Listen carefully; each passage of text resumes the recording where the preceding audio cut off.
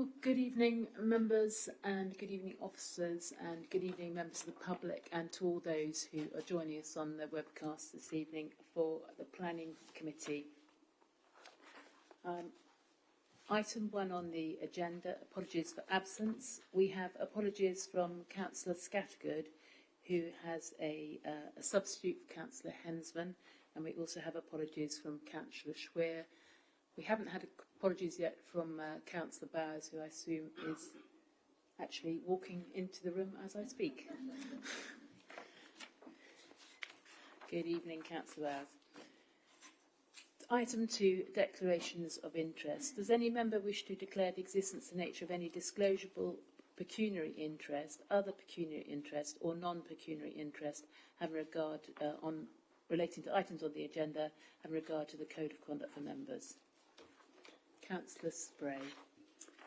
Thank you, Chairman. I have sent this through to officers, but thought I would say it as well. I'll declare an NPI in item 5A, the Greenstead Green application 1900-493 out. I had a telephone conversation with Councillor Mrs. Pell a couple of weeks ago on this. She just talked to me about it, but I did not say anything about the application other than to remind her that as I was on the Planning Committee and would be here this evening, I would not be discussing it. So I will remain and vote. Thank you. Councillor Munday. Likewise, for item 5A, which is 1900-493 out, a number of the public speakers and objectors are well known to me, but as I haven't discussed the application with any of them, I will stay and vote. Thank you. And Councillor Beavis, did I see your hand? Thank you, Madam Chairman. Same application, application 5A, Greenstead Green, as some of the public speakers are known to me. Okay, thank you very much. I'll just also do a joint declaration for the Councillor Mrs. Pell, who's one of the speakers obviously known to us. Okay, if there are no other declarations, I'll move on to item 3, which is minutes of the previous meetings. Unfortunately, the minutes of the meetings on the 14th of December and the 22nd of February are not yet available, so we will leave those to another meeting. Item 4, public question time. We don't have any speakers tonight on general issues, so we'll move on now to item 5, which was planning applications. The first application is item 5A, which is application number 19/00493 out, land of Bournebridge Hill, Greenstead Green, and we have a number of speakers on this application. So if the first speaker, who's Mrs. Wendy Carter, would like to come to the table, please. Thank you.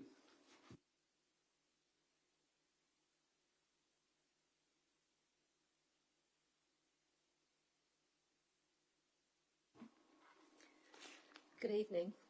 My name is Wendy Carter. I've lived in Halstead for over 40 years and do accept the need for housing, but I strongly object to this development, which will add further pressures to an already struggling rural town.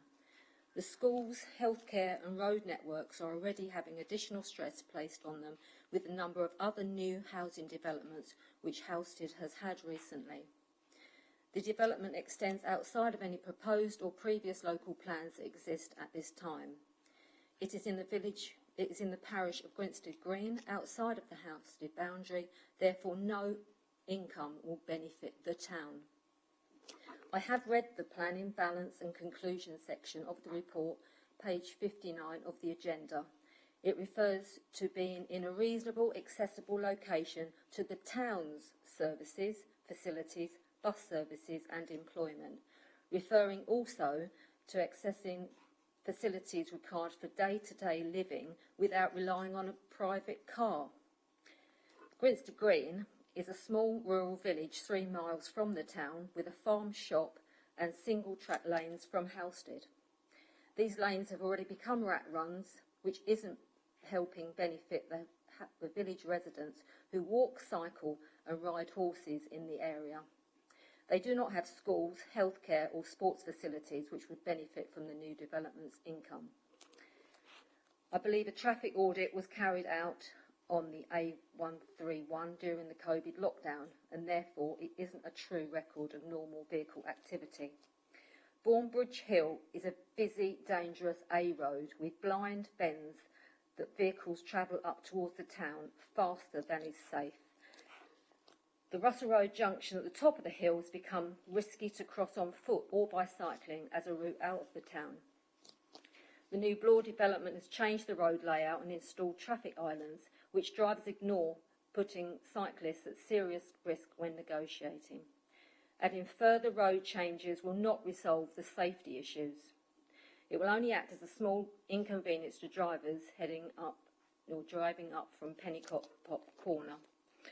The mention of a bypass and a primary road adding potential benefits for cycling and other road users outside of the area, it does not stand up currently. It threatens to destroy what little is left of our rural landscape in this part of the town boundary. The negative impact on wildlife habitat and light pollution from sky glow is appalling. Approving this development would be another nail in Halstead's coffin, as it's buried under houses without essential infrastructures in place. Thank you. Thank you, Mrs. Carter. The next person to speak is Mrs. Eileen Penn, who represents the Halstead 21st Century Group.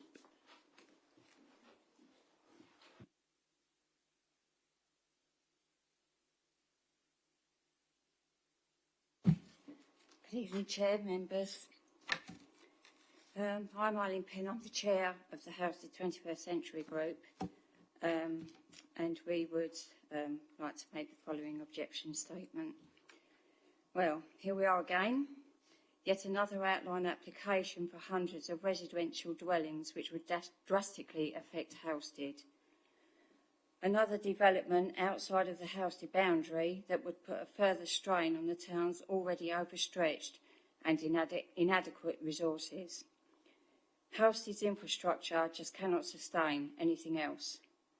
There is still only one surgery, one that has not increased in size despite the constant increases in the number of residents in the town.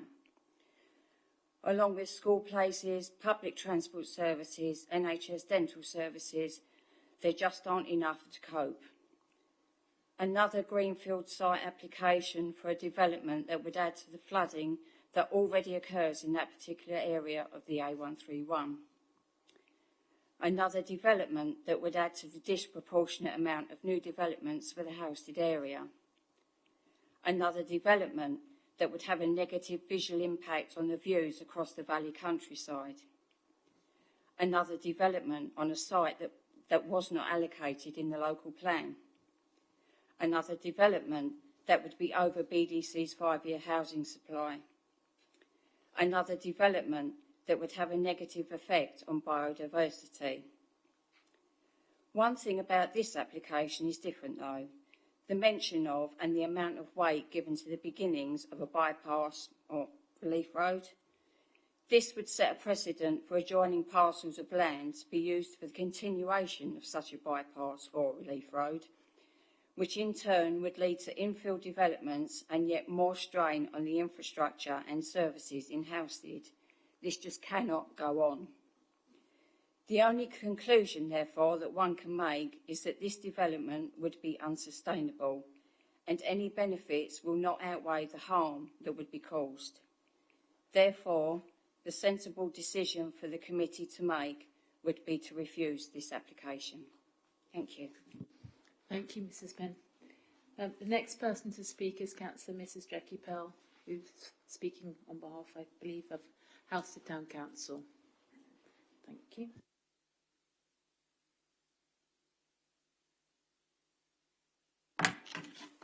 Good evening, Chairman. Good evening, members and those watching the YouTube. I am Jackie Pell, member for Braintree District Council and Halstead Town Council, but tonight I am here representing Halstead Town Council. Halstead Town Council are totally opposed to this application and we support Grinster Green and Halstead Rural in their opposition. In the report 1.3, the site is not allocated for development and lies on any designated town or village development in either the adopted local plan or Section 2 plan, and the development is therefore contrary to the adopted development plan, plus loss of trees and harm to the character and appearance of the area and landscape character, and the loss of best and most versatile agricultural land. Also in the report 5.1, the site is located in the parish of Grinster Green and Halsted Rural, but is outside the town boundary. A new boundary review will not take place for approximately another 5 years. The site joins existing residential development, therefore expanding urbanisation into the countryside. Development would also have a huge impact on the infrastructure of Halsted, as residents have nowhere but Halsted to go for schools. The report talks about 2 private schools, which are not affordable for the majority of people and cannot be regarded as acceptable. The site is not allocated in the draft local plan and will have an adverse impact on Halsted infrastructure. Halsted has a disproportionate amount of new development, 14% of the district housing supply target, with only 8% of total population for the district, and a further potential 855 homes still going through the planning process. Access onto the A131 is poor and possibly dangerous, with death already occurred. The site is also on the line of the proposed bypass. There are concerns about flora and fauna on the site. There is also concern about the narrow Tidings Hill could become a rat run. This road cannot cope now, and frequently people are having their wing mirrors damaged due to the narrowness of the road. The site is currently open countryside in the Gosfield wooded farmland area. There is not enough parking shown on the estate layout. The revised drawings showing the link road were unclear and not show the position of the roundabout. There was also a road leading to nowhere, which might be an indication of further development planned for a later date. A new roundabout would need to be lit, and such lighting would lead to light pollution in the open countryside. The traffic survey was done during lockdown. There is very poor visibility coming onto the A131 from Russell's Road. There is concern about road safety if the amount of traffic increases. This is already an accident black spot near to Pennypots. If this application is passed, it will present a real danger to the line of the future bypass. There is frequent flooding already on the A131, and the effect of further building on open fields will be to increase more flooding, deep open ditches which are dangerous to children. The application, no concern for the biodiversity of the area, and there will be severe visual impact on the open countryside, and the plans unacceptably extend the urbanisation of Halsted. This area was protected under the 2017 local plan, and we understand that Braintree now has its 5-year housing supply. Thank you for listening, and I urge you to refuse this application, as it is not wanted and not needed. Thank you, members. Thank you, Councillor Pell. The next person to speak is Councillor Paul Foster, who speaks on behalf of Grinster Green and Halsted Rural Parish Council.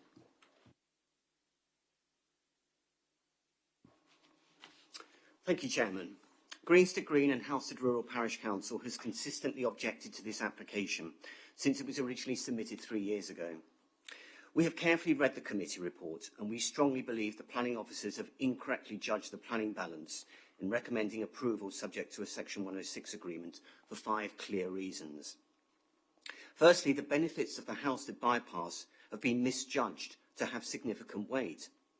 What is being delivered is a 600-metre length of road built to a standard width of 7.3 metres that would constitute the first stage of a relief road, plus some land for a roundabout. The officer's report acknowledges that the bypass may never be constructed. There is very little certainty that it will be. The proposed development will deliver only a fraction, 7.5%, of the 8-kilometre corridor shown in Part 1 of the draft local plan. With public finances under severe pressure, the reality is that the remaining 7.4 kilometres could only be funded on the back of future unallocated housing development. Until the completion of the rest of the bypass to Colchester Road, we will have significantly more vehicles travelling through Halsted and adding to the congestion at the pinch point at the junction of Head Street, Headingham Road and Colchester Road, which is already at full capacity. Secondly, the Council's 5-year housing land supply has changed dramatically over the last 3 years. At the time of the application, Gladman were confident that the Council could meet its requirement. But the recent appeal decision at Brain Valley Avenue, Black Notley, confirms a land supply of 5.1 years, which will be significantly increased when Part 2 of the new local plan becomes adopted. The tilted balance argument no longer comes into play, so the need for new housing on this unallocated site falls away. This should be given significant weight. Thirdly, Essex County Council's objection to the development on mineral safeguarding remains in place. Sand and gravel resources have not been properly identified by the applicant. Essex County Council believe that the mineral beneath the 13.5 hectare site could and should be used prior to development taking place. How can this development be sustainable when the construction of 200 houses will sterilise forever a resource of significant economic importance? Sand and gravel, which could be used in the construction of the development. Countryside Properties were required to do this at Bewley Park by Chelmsford City Council. Fourthly, officers claim that the site is accessible to Halstead services and facilities by foot. The report claims that residents can be expected to walk to the nearest bus stops, which are between 420 and 500 metres from the centre of the development. The report makes no reference at all to the topography of accessing the town's facilities, so the 60 secondary school pupils generated by the development will be expected to walk the 2.8 kilometres to Ramsey Academy, up, down and back up a steep incline. In contrast, the new Bellway Home Scheme off Sudbury Road is less than 1 kilometre from the school. The reality is that most residents will use their car to take children to school because this site is not a sustainable location. And finally, we've considered that the landscape and visual impacts will be significant. The site is closely connected to the town of Halstead because it forms part of the Bournebrook Valley. The development will be highly visible from the A131 and from Plaistow Green Road to the south. The development would extend into the countryside and add considerably to the peripheral southern extension of Halstead in the form of a large housing estate. It would therefore exacerbate and extend development in a suburban style out of keeping with a landscape character which is highly sensitive to change. This is judged to be a significant adverse effect. So in summary, Chairman and Councillors, we hope that you challenge the officer's recommendation and refuse this application on the grounds I have outlined. Thank you very much. Thank you, Councillor Foster. The last person to speak now is Mr. Peter Dutton, who is speaking on behalf of the applicant.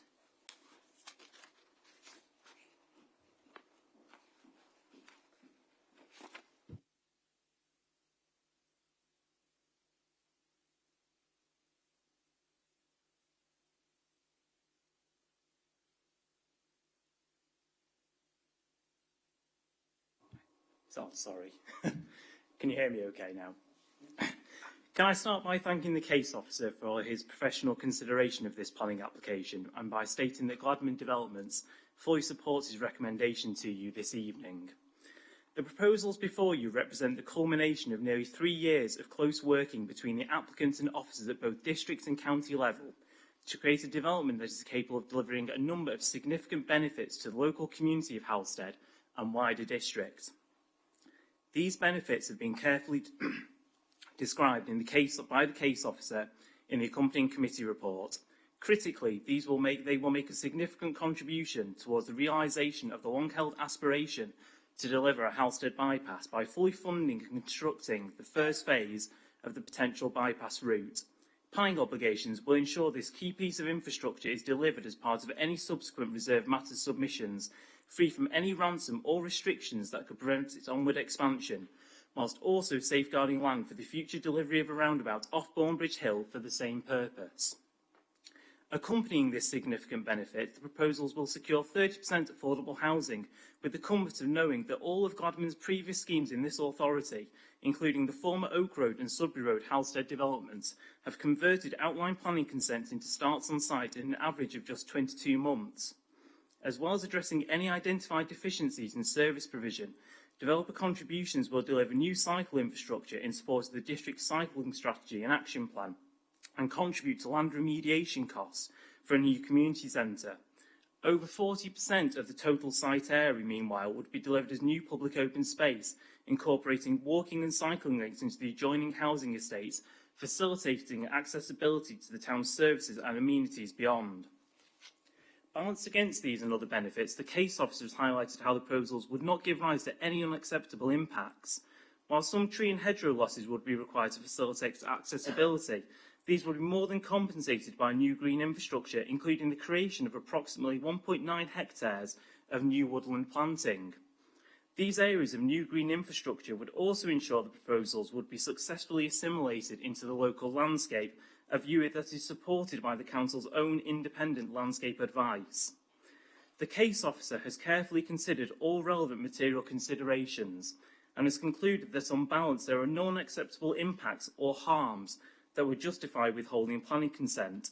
Should you be minded to agree with his recommendation, you would be doing so in the knowledge that the supporting legal agreement is in a near finalised form, providing the assurance that a decision notice can be issued and implemented quickly. In this case, it is clear that the benefits far outweigh any limited harm, and that this represents a strong material consideration in favour of the grant of planning permission. The proposals would represent sustainable development, and I respectfully urge members to follow the officer's recommendation and approve this application this evening. Thank you. Thank you, Mr. Dutton. So we'll now move on to the officer presentation, which is going to be given by Neil Jones.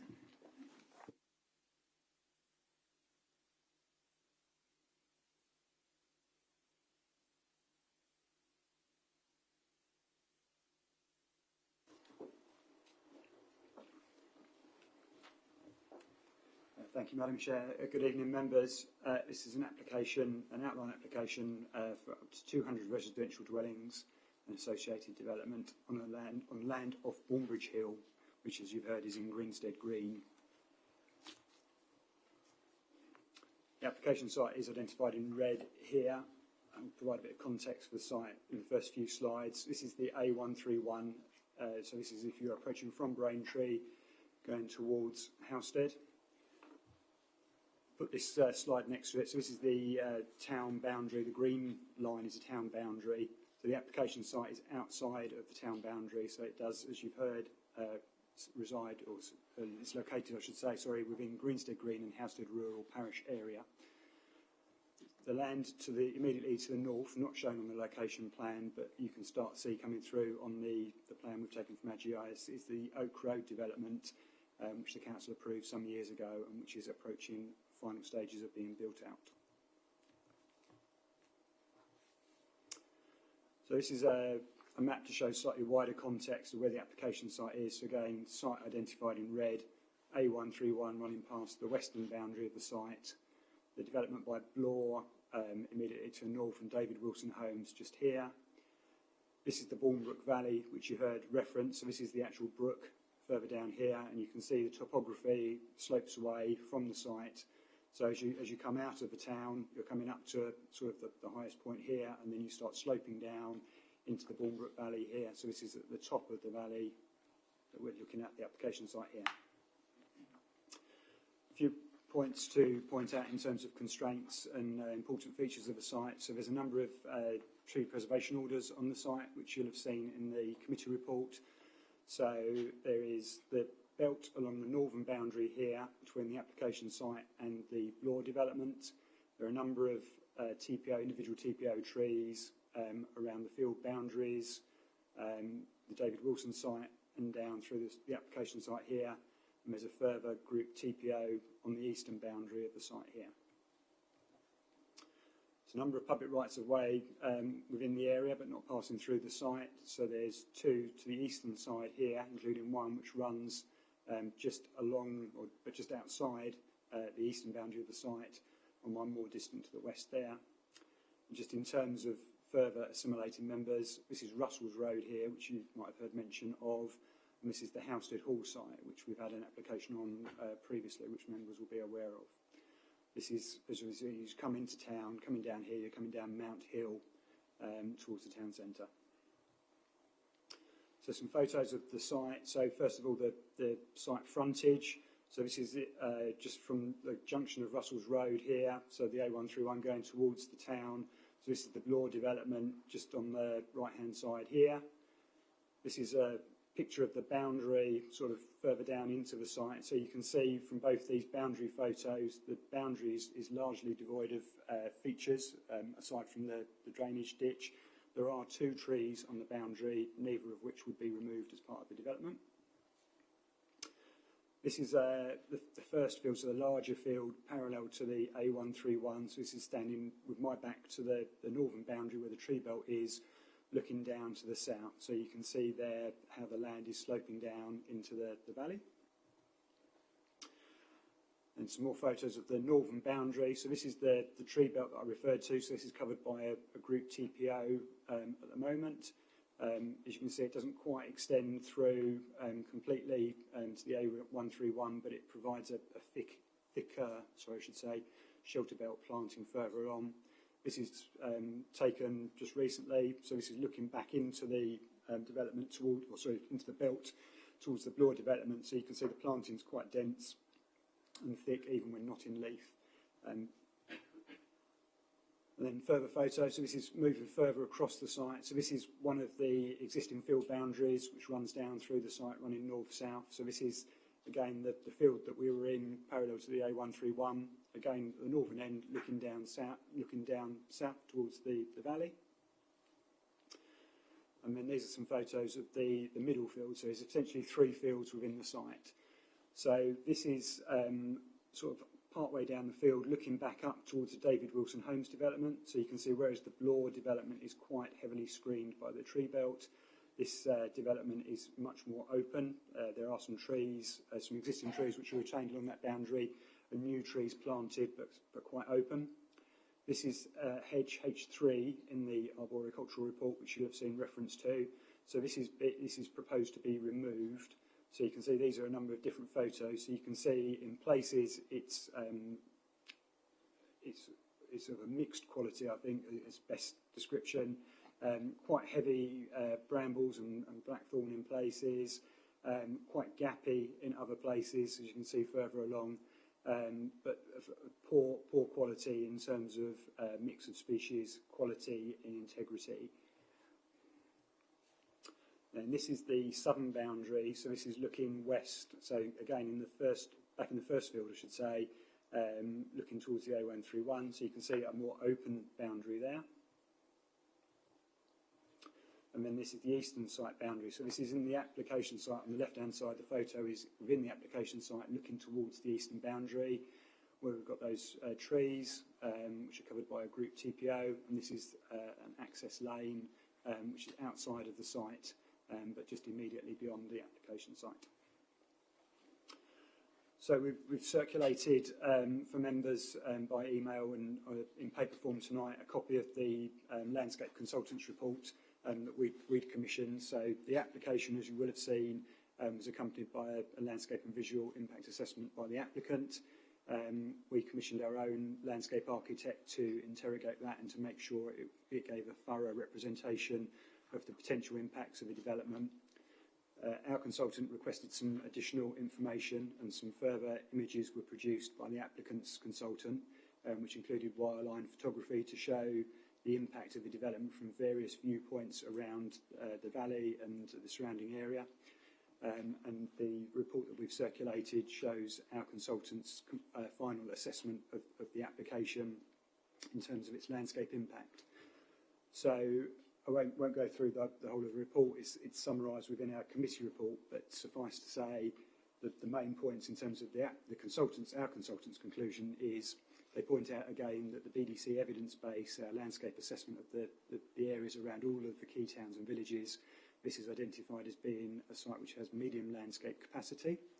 That the proposed development in our landscape consultant's judgment would cause an adverse landscape character and visual effects on the immediate area. So that's acknowledging that there will be visual harm.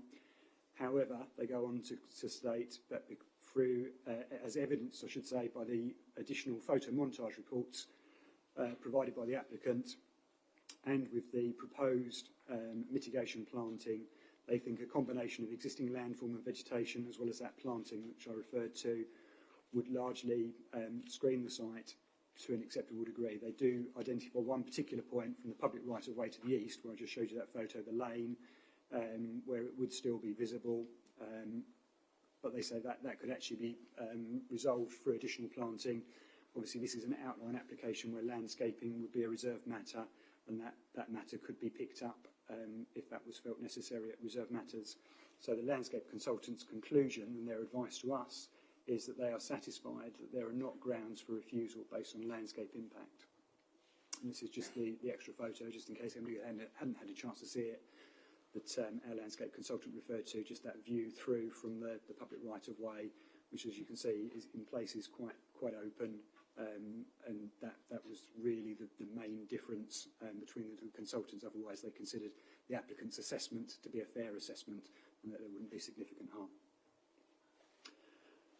So, as I explained, it is an outline application, so details of layout and appearance and landscaping would all be reserved matters.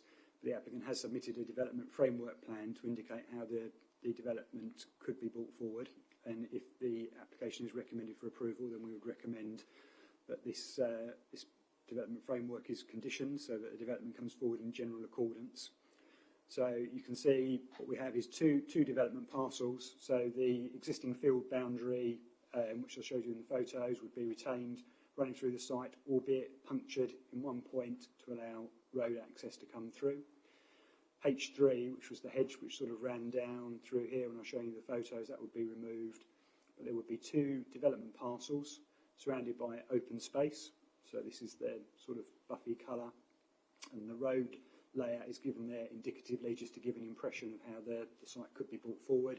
But you can see essentially you've got a primary road leading in off the A131 here, one in along, and then there'll be two access points into each of the development parcels for vehicles to access. So those will be the sole points of vehicle access for the residential parcels. There would be pedestrian access provided through two links to the north. So there'd be one through the tree belt here, through to the Bloor development, and one through to the David Wilson development here. So these links, as explained later, are secured through the Section 106 agreement.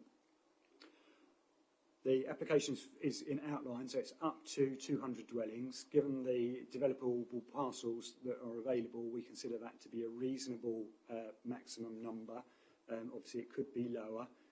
There are particular issues which we've identified within the report which would affect the housing mix, so we could see a greater number of smaller dwellings on this site than perhaps we see on some other sites.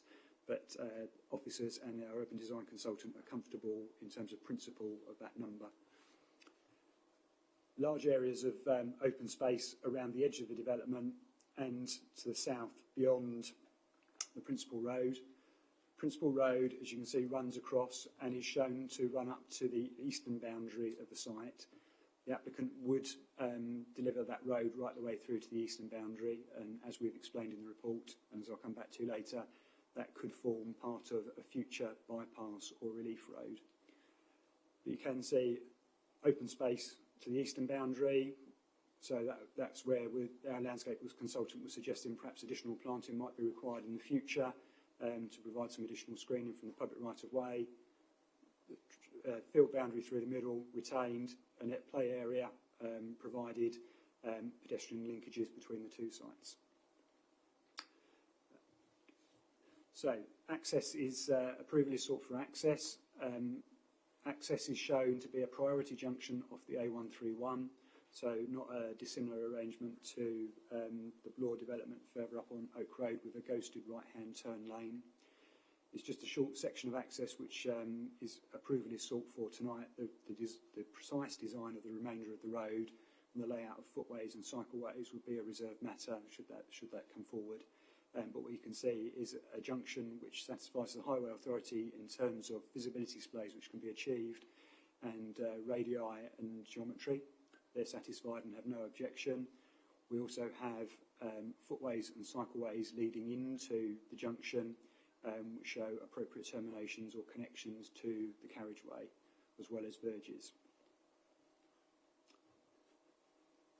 So just going back to the pedestrian and cycle links, because there isn't a footway which runs along from the law development along further along the A131, and because it would be difficult to provide that and potentially wouldn't provide a particularly attractive walking environment for residents leaving the development to walk back towards the town, pedestrian links are to be provided to the adjoining developments.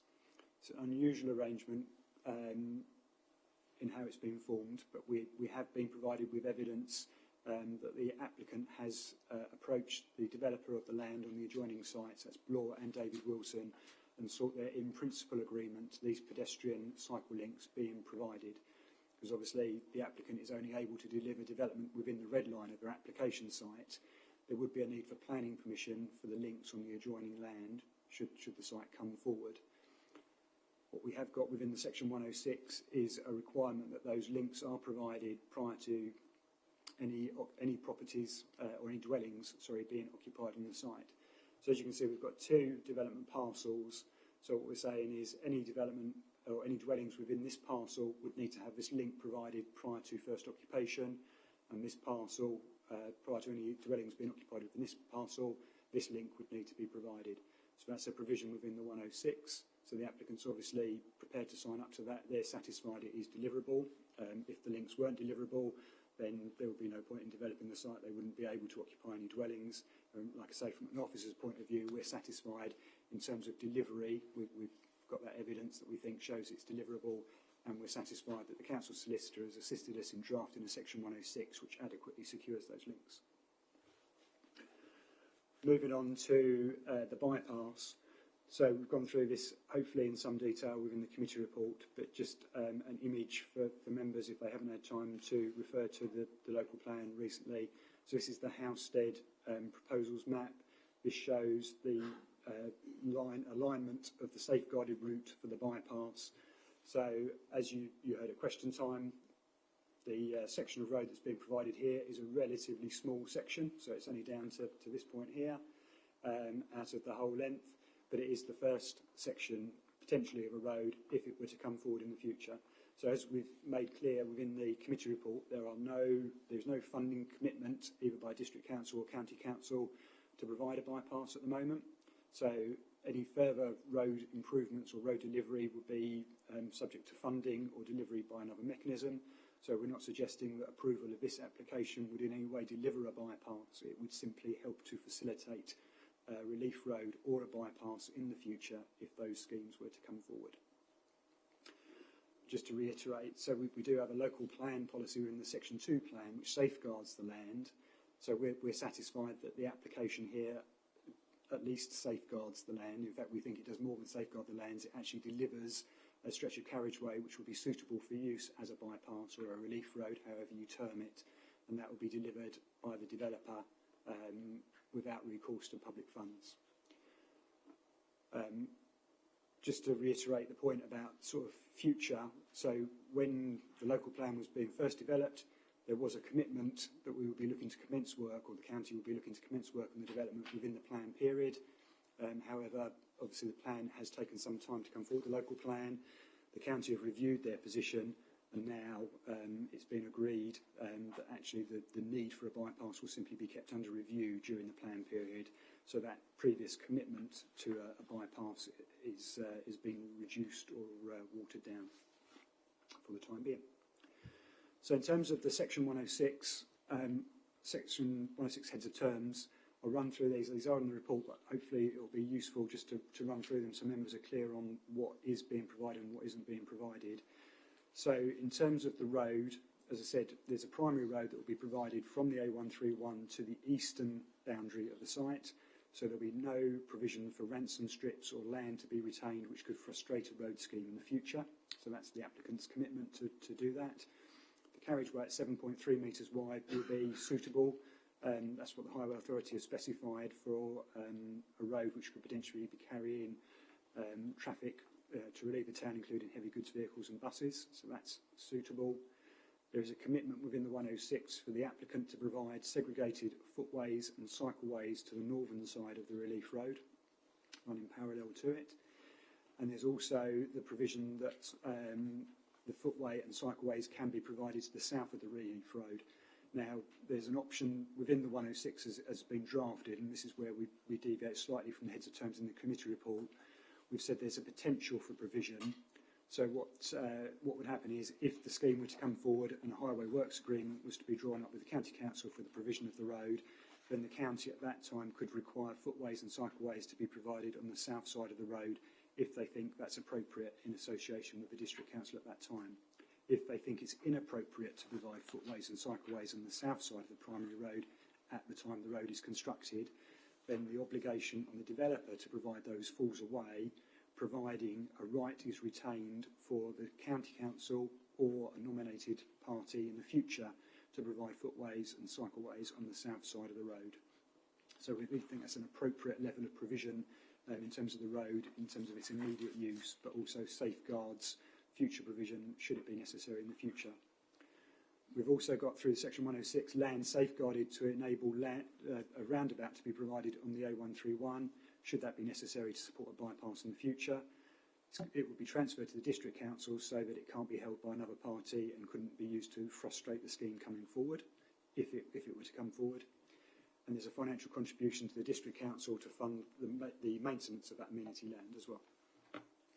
The links, as I said, are provided to the north, the shared pedestrian and cycle links. They'll be 3.5 metres wide to a specification agreed with the council. From the first occupation, they'll provide that safe and direct passage for pedestrians and cyclists. And then through the other Section 106 heads of terms, we've got the affordable housing, 30% of dwellings, allotments, financial contribution in terms of the usual level, dependent on the mix and number of houses that comes forward. Financial contribution towards community facilities, so that could be a new community facility at Butler's Road, or it could be improvements to existing facilities within the town. Could be potentially around £100,000, depending on the actual number of dwellings that come forward. The applicant has agreed, as you heard at question time, that the money could be used to fund remediation of contaminated land at Butler's Road, which, as we've heard at full council recently, is an issue which is preventing that scheme coming forward. So the contribution here could be used to help that scheme. There's also a financial contribution towards cycling within the town of £300,000. Ecological mitigation, both on-site and off-site, as set out in the report. Financial contributions to the Education Authority for early years and childcare facilities, as well as primary provision. Healthcare contribution, outdoor sports, and provision of public open space on site, including equipped play. One small point to note, the amount of public open space is slightly lower, at 5.36 hectares than was reported in the committee report.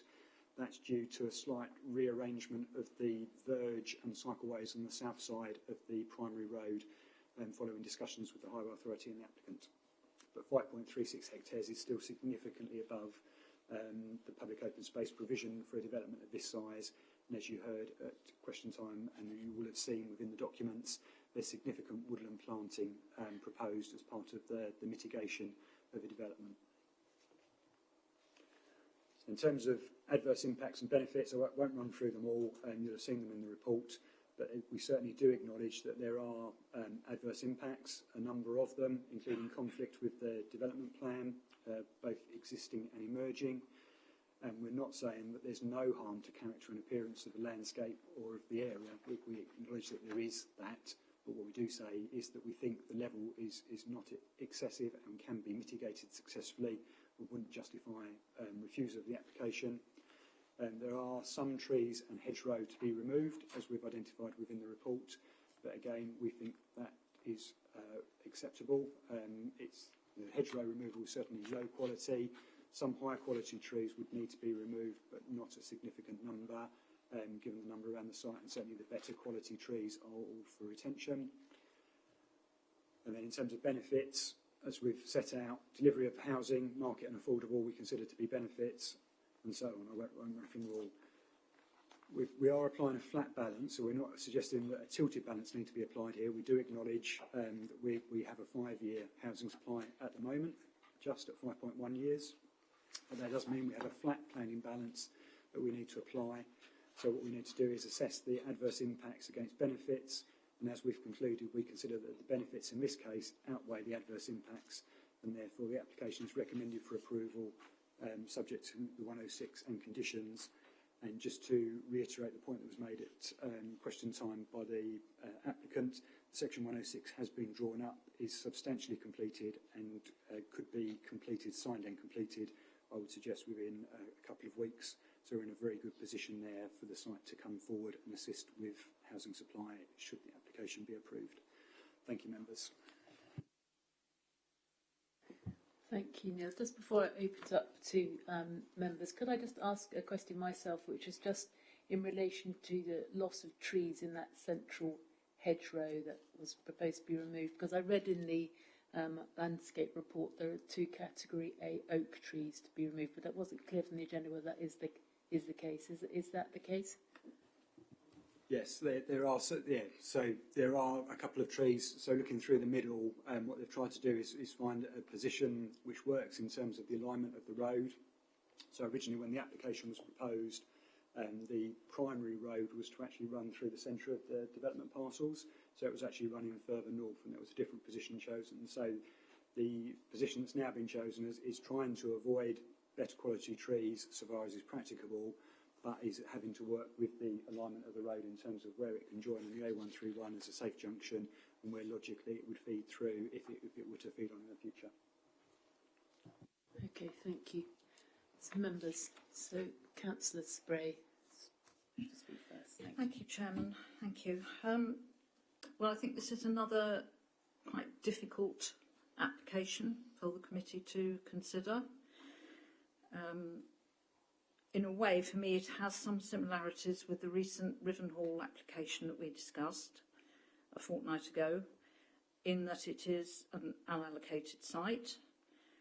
There are many objections from residents, Halstead Town Council, Greenstead Green and Halstead Rural Parish Council, and other residents, and those are understandable objections. I can well see why they've been made. But similar to the Bellway site, there is also a list of Section 106 monies proposed to go with this application, many of which will bring benefits to Halstead Town itself. There are no objections from statutory consultees, including highways. And actually, this application is, as far as highways is concerned, is really only for approval of the details of the access, with everything else reserved. The bypass has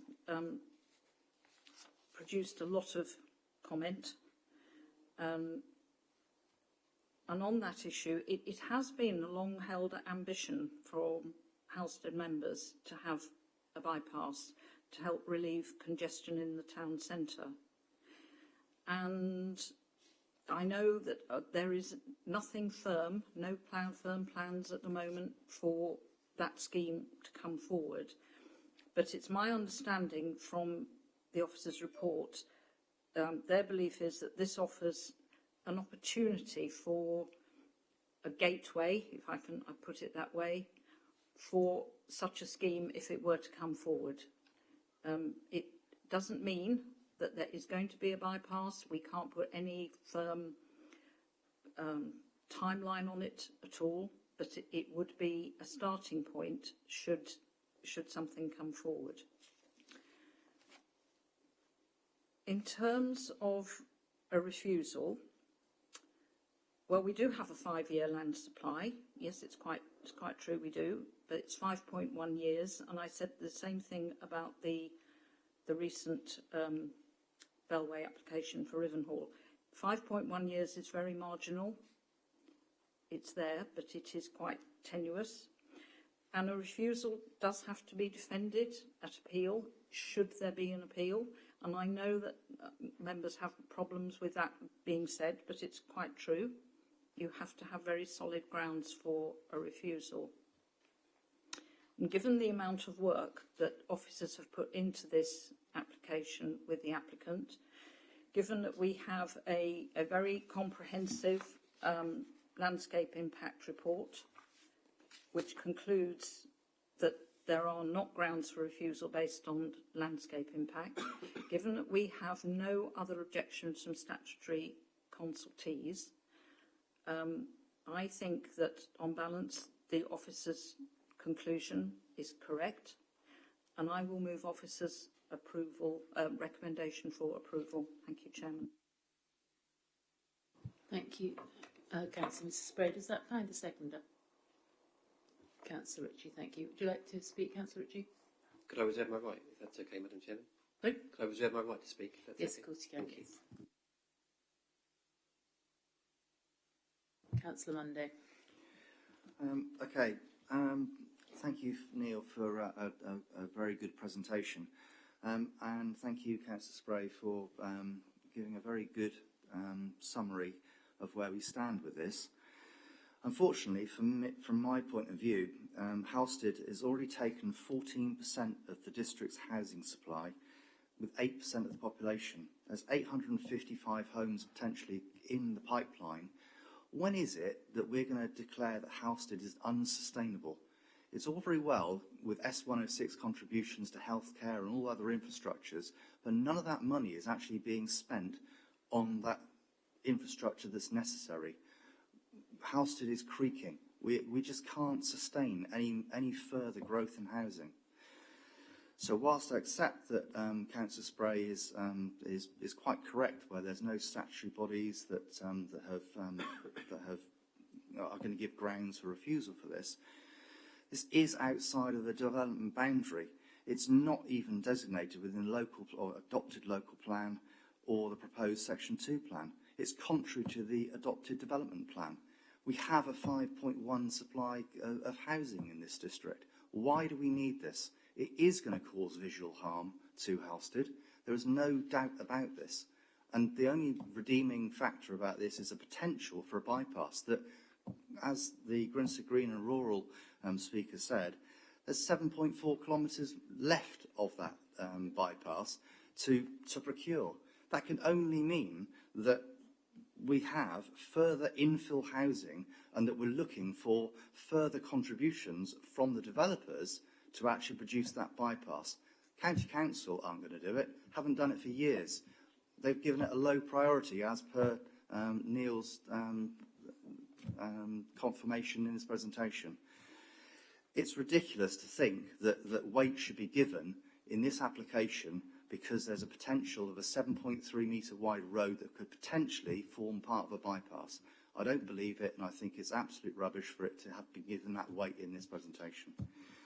I can't support this application purely because it is contrary to all things that this planning authority is supposed to uphold in terms of the housing supply, the adopted plans, etc. We're not even going to get a boundary review for 5 years. So Grinstead Green and Rural will take all of the benefits of this in terms of precept, for instance. Halstead get nothing. We get the agrimony of having to have the people from Halstead unable to get doctor's surgery appointments, etc., etc. I can't support this, and I don't see why we should as a planning authority. Thank you, Councillor Monday. Just before I go to Councillor Mrs Beavis, could I just ask Neil, just for clarification from my point of view, the position on minerals, have Essex County Council objected or not? So Essex's position is that they maintain that a adequate minerals resource assessment hasn't been submitted. So that's their sort of starting and sort of finishing point at the moment.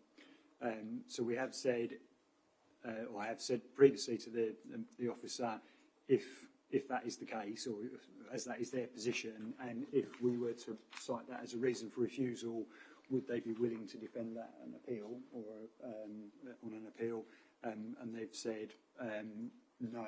They said they would reiterate what their position is, that they think a minerals resource assessment or an adequate minerals resource assessment needs to be provided, but that wouldn't necessarily be something that they would support. So if we were to cite it as a reason for refusal, I think it would be Braintree officers that will be having to try and explain why that was an issue and defending that without necessarily having support from Essex. Essex's position is that if a full minerals resource assessment was provided, they may then withdraw their objection because they would be satisfied it's been done, and they may be satisfied that there was acceptable grounds for the mineral to be sterilised, but they're saying without that information they can't get that position. So I guess it's a holding objection rather than an objection per se, if that helps. Yes, thank you, Neil. So it's basically saying they haven't got enough information, effectively. Okay, thank you. That is helpful to explain that. Councillor Mrs. Beavers. Thank you, Madam Chairman, and thank you also to our officers for the presentation. I mean, quite frankly, when I read the application, I kind of thought cart before horse, really, with this application, and that there's been a lot that's been thrown in, but I'm not truly convinced that everything has really been thought through. And I guess in some respects I speak as sort of quite a local person to the area. I do think that it's a shame, and maybe it will come, that Halstead eventually might look at some sort of neighbourhood or town plan, because I think that's possibly going to help in the future as to what Halstead actually should look like. I'm not saying that that's a big issue, but I think going forward, particularly when we're now starting to talk about a potential bypass, that something like that would start to be quite a useful document. I wanted to start first, if I may, on highways, and I was quite surprised actually to all of a sudden start hearing about the Halstead bypass, or a sort of a part of a bypass, and that, you know, our highways professionals have sort of muted that, because at the moment, before we, you know, surely before we look at doing anything else in terms of highway improvements to Halstead, we should be looking at the A131 from this development all the way down past Oak Road and down into Trinity Road, where we have along Mount Hill terrible issues with speeding and congestion. In fact, it was only a couple of years ago in this section where there was another very bad accident. And there is a scheme in at the moment at the Braintree Local Highways Panel for some speed calming in that area. So we know that that part of the town is congested. We know that that part of the town is waiting for speed improvements, and yet the Highways Authority talking about money for a bypass, whereas we should be looking at money for the roads that we already have. And I just wanted to add on to that, also mentioned this evening about Oak Road and Russell's Road.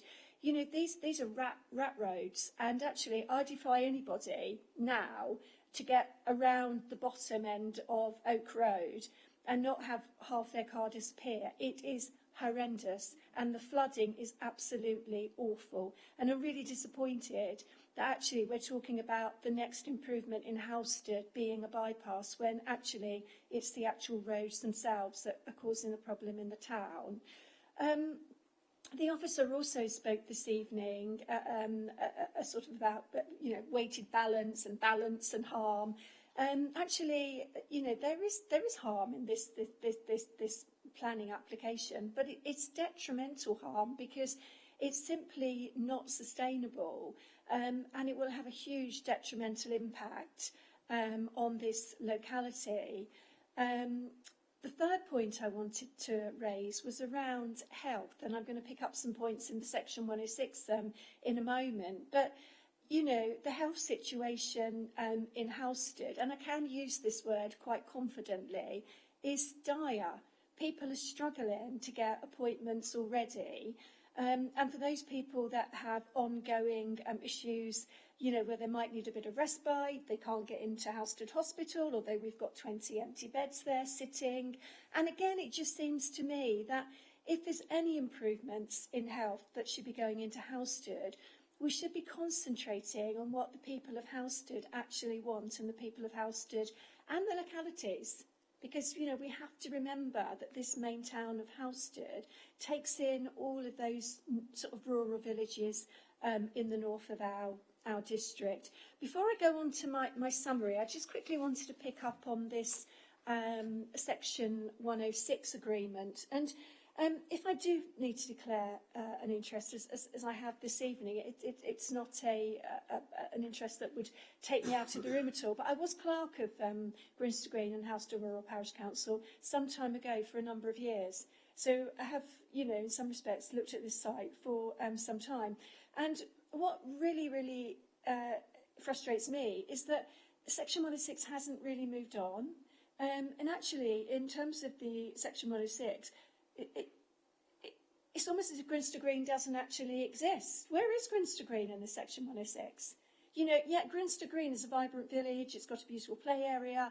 They work so hard to raise money for children's play equipment.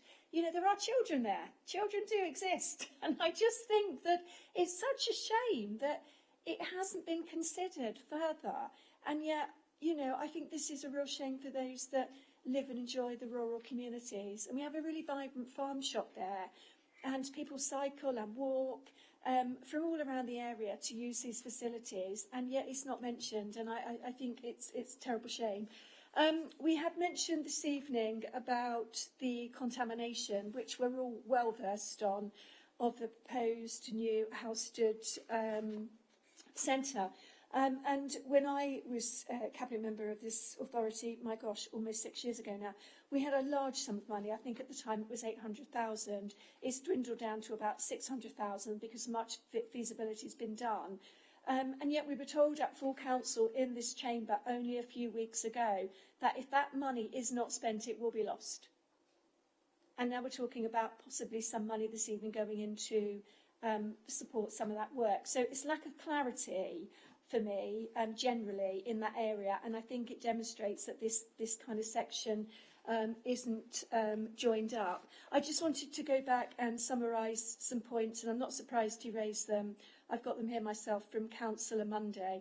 It's not required. It's taken us a long time to get our housing number. We have our housing number. It's not allocated. We have a system, and this planning application, in my opinion, is premature.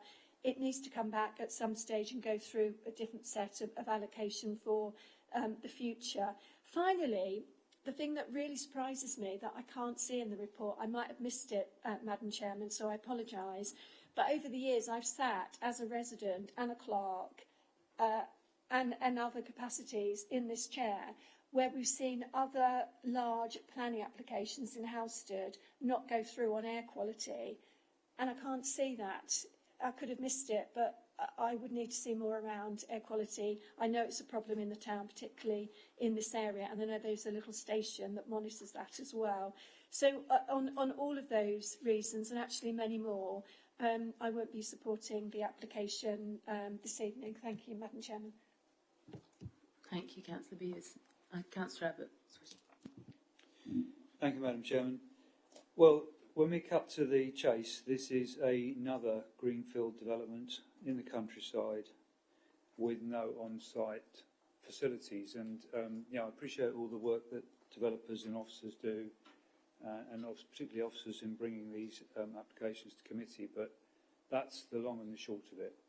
And for years, that's what we've been doing on this committee, with one hand tied up behind our back most of the time when we didn't have a 5-year supply, and we were a long way from having a local plan. But I really worry for the future, because what we've done is we've delivered thousands and thousands of houses on sites where people are going to have to leave those sites to access most of the services they need. So if you want to go to the shop, or you want to go to the GP surgery, or you want to use a community building, or you want to go to school, you're not going to be able to do it on this site. You're going to have to come off the site. And that means this is going to be another significant traffic generator for Halstead and the immediate area. The comment about GP services is well made. I think Halstead's situation is not dissimilar to Whittam's. We keep chucking money into the Section 106 pot as if that somehow solves things, and nothing gets delivered. And the situation is now getting acute. So it is unsustainable, in my view, to keep adding on more dwellings, putting more pressure on GP services when there isn't currently a prospect, apparently, of significant improvements. The bypass is, of course, a very complex issue. It's got several sides to it. On the one hand, obviously, Halstead, there has been talk of a bypass for many decades. I remember, it must have been 20 years ago, going on a tour, actually, a bus from Causeway House to look at a potential line of it. So, some years ago. So there's a potential maybe sometime in the future that Halstead might get a bypass, and that might improve things in the town centre, obviously, with the acute congestion problems there are. But on the other hand, bypasses inevitably become new development boundaries. If you look at pretty much any town in Essex, that's what's happened. Chelmsford, Witham, Braintree, they become the new line up to which developers will go. So it's a little bit of be careful what you wish for. But in this case, as others have quite rightly said, what we're talking about here is a few hundred metres compared to many kilometres, and there's absolutely no guarantee the rest will be built. In terms of landscape impact, although it's stated it's not an overriding reason for refusal, to my mind this is open countryside, and the landscape impact will be very significant, and it would require very significant mitigation to avoid that harm from being obvious for a long period of time. We've actually got a developer tree report which mentions Category A trees. Hooray, they exist. However, they want to cut some of them down. But we've one step forward, two steps back. So that's not a good thing. And, again, I do struggle with this idea that hedges and trees are poor quality and therefore they have to go. We've heard that again this evening. In terms of species, there are 8 species of bats on this site. That's a very good tally. It's, I think, roughly half of all the UK bat species. And whatever is we have reassuring words we have about bat-sensitive lighting, forget it. I'd love to take officers on a tour. I'm sure they wouldn't want to go, but around some of the development sites we've granted in recent years, the floodlit show homes, the white LED lights, the bats aren't there anymore. And this site, I'm afraid, if we granted it, there's a very high risk of impacts. And no one, of course, is going back and measuring afterwards. There are no comprehensive surveys being done before and after. But fundamentally, the reason why I won't be supporting this tonight, and I think we should refuse it, is the same reason that we've had on previous nights. This site is not in the current local plan, and it's not in the proposed new draft local plan. And again, I'm not disparaging the work that goes into getting these applications to the point where they are here tonight, officers put in, but the developers say a lot of work's gone in, but it was members who decided what the draft local plan should look like, and this site isn't in it. And that is a very important democratic principle, and we've heard tonight from speakers from the town and parish council, and I'm quite clear what their message is, and the bypass argument doesn't win them over, and they are the local people. And for all those reasons, Madam Chairman, I can't support this application. Councillor Wrench. Thank you, Madam Chairman. I'm not going to comment on what members have already spoken to.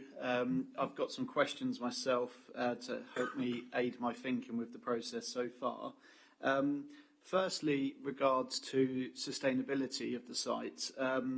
We've heard by Councillor Foster that the nearest high school, Ramsey Academy, is 2.8 kilometres away, and even the nearest bus stop is 400 metres away.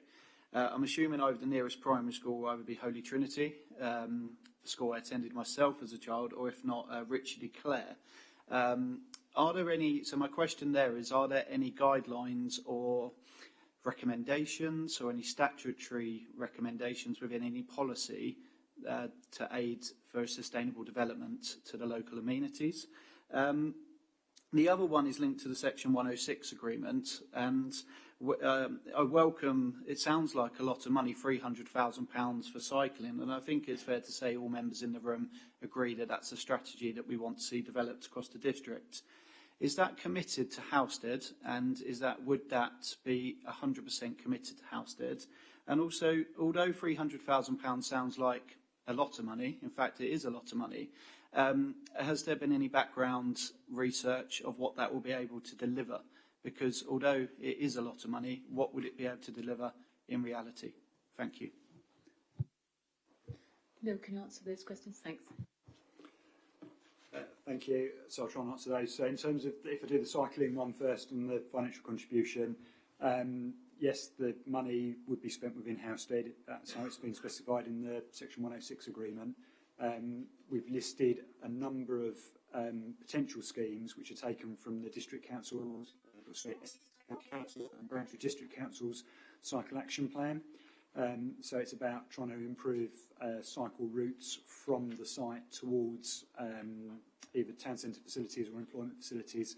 So how far that goes, it depends on what it's spent on. We've tried to schemes, and then what if the money's secured, then what I would imagine would happen in the future would be the District Council and the County Council would work with the Town Council and other interested parties to identify which schemes they thought were a priority and allocate money accordingly.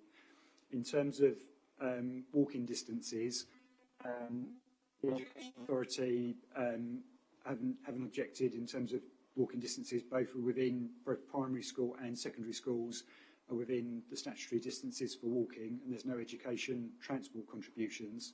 So they're sort of, in terms of a statutory guideline, they're within what's considered to be a reasonable walking distance. Within the committee report, we've set out a section which talks about access to service and facilities, and we've tried to identify their walking distances in terms of actual distance and walking times to a number of facilities. So it includes sort of the nearest convenience store, primary school, supermarket, and so on. I think a 20-minute walk is considered, having sat through inquiries, 20-minute walk is considered to be reasonable for most people. Once you start going too far beyond 20 minutes, then it starts to become less attractive and less reasonable.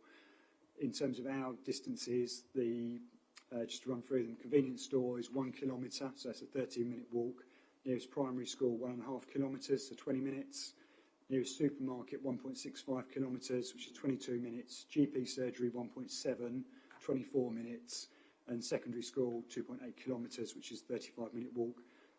I accept the point about topography, and walking up and down the hill makes it less attractive, but those are distances, and that's how it would be assessed or that's how we've always assessed them, and we've had to assess them as part of planning appeals. That's how an inspector would look at them.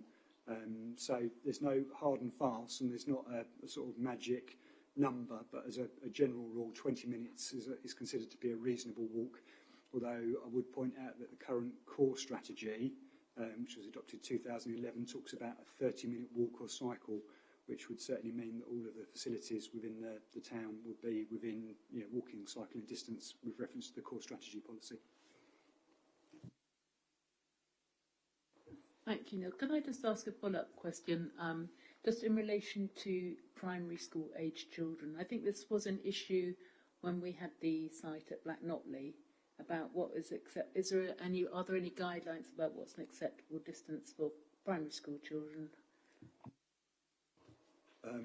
Yes, there is. Well, there's a statutory distance at which point it's considered unreasonable for children to walk to school, and that's where the Education Authority would ask for a financial contribution towards transport. I can't remember off the top of my head. I don't want to say the wrong figure. I'm looking at Chris in case he remember, but no, I can't remember. But certainly the Education Authority in this instance hasn't asked for a contribution, and certainly at 1.5 kilometres, I think that's quite some way below the threshold for walking to a primary school, and 2.8 kilometres, secondary school children are expected to walk further, and 2.8 kilometres, I believe, would be below the distance there. But I can't recall the exact figure off the top of my head, sorry. Thank you, Neil. I think it might even be 2 miles, actually, but I'm not sure. I'm not sure on that, actually. Okay, then Councillor Henson. Yeah, thank you, Chair. I've listened to colleagues in the presentation and so on, and I've got, as I'm not always here being a substitute, forgive the steep learning curve as always, but a plea that I've heard time and time again to the officers is mapping is out of date. It didn't help to put this into context because, of course, the Oak Road development is there, and on the Ordnance Survey map, it does show it. So I was trying to work out where it was, and obviously now I know the site quite well.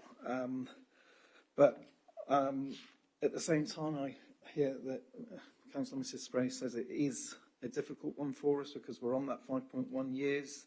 It is tight, but I believe it's the lack of development. We grant the planning permission, but unless the houses are actually built, it doesn't count. And the bypass, whilst it is in the proposed local plan, and equally this site is not, Chelmsford North, the A131 there, granted, Halstead isn't Chelmsford, but it puts it into context. It's been in their local plan since 2007, if I remember right. And look at how much of the development that had to happen before that bypass started its build in the past year, 14 years later. Chelmsford is 4.6 kilometres and 1.2 kilometres of dual carriageway, so a similar length, as part of a £250 million development. So for Halstead to get it, it's not Chelmsford, it's going to take quite a lot. A bypass is just that, it's a bypass. So this development is connecting to it with the proposed possible layout because we're at outline. And whilst the bypass is wanted by the town, it would be too close to this development where it would go through with noise and pollution. And for quite some time, it will be the road to nowhere. And then eventually, say 14 years later, if Chelmsford's anything to go by, the bypass is suddenly built and this development residents who've long since forgotten this planning committee years previous will suddenly find the heavy traffic and noise and pollution and so on that will still be going on because diesel, petrol cars and so on are being manufactured up until 2030, I think is when it stops. So it is one of those difficult ones. So for me, it's infrastructure first, and equally the category A trees, especially being oaks. If they are very large oaks, they will have taken hundreds of years to build, to grow. And I don't suppose, okay, we planted a tree here in Braintree, and it's only a little tiny whip, but it is an oak.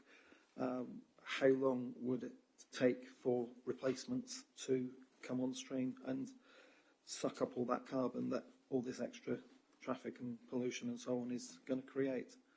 So I'm undecided at the moment, Madam Chairman, but any clarification you can give me that would help me would be appreciated. Thank you.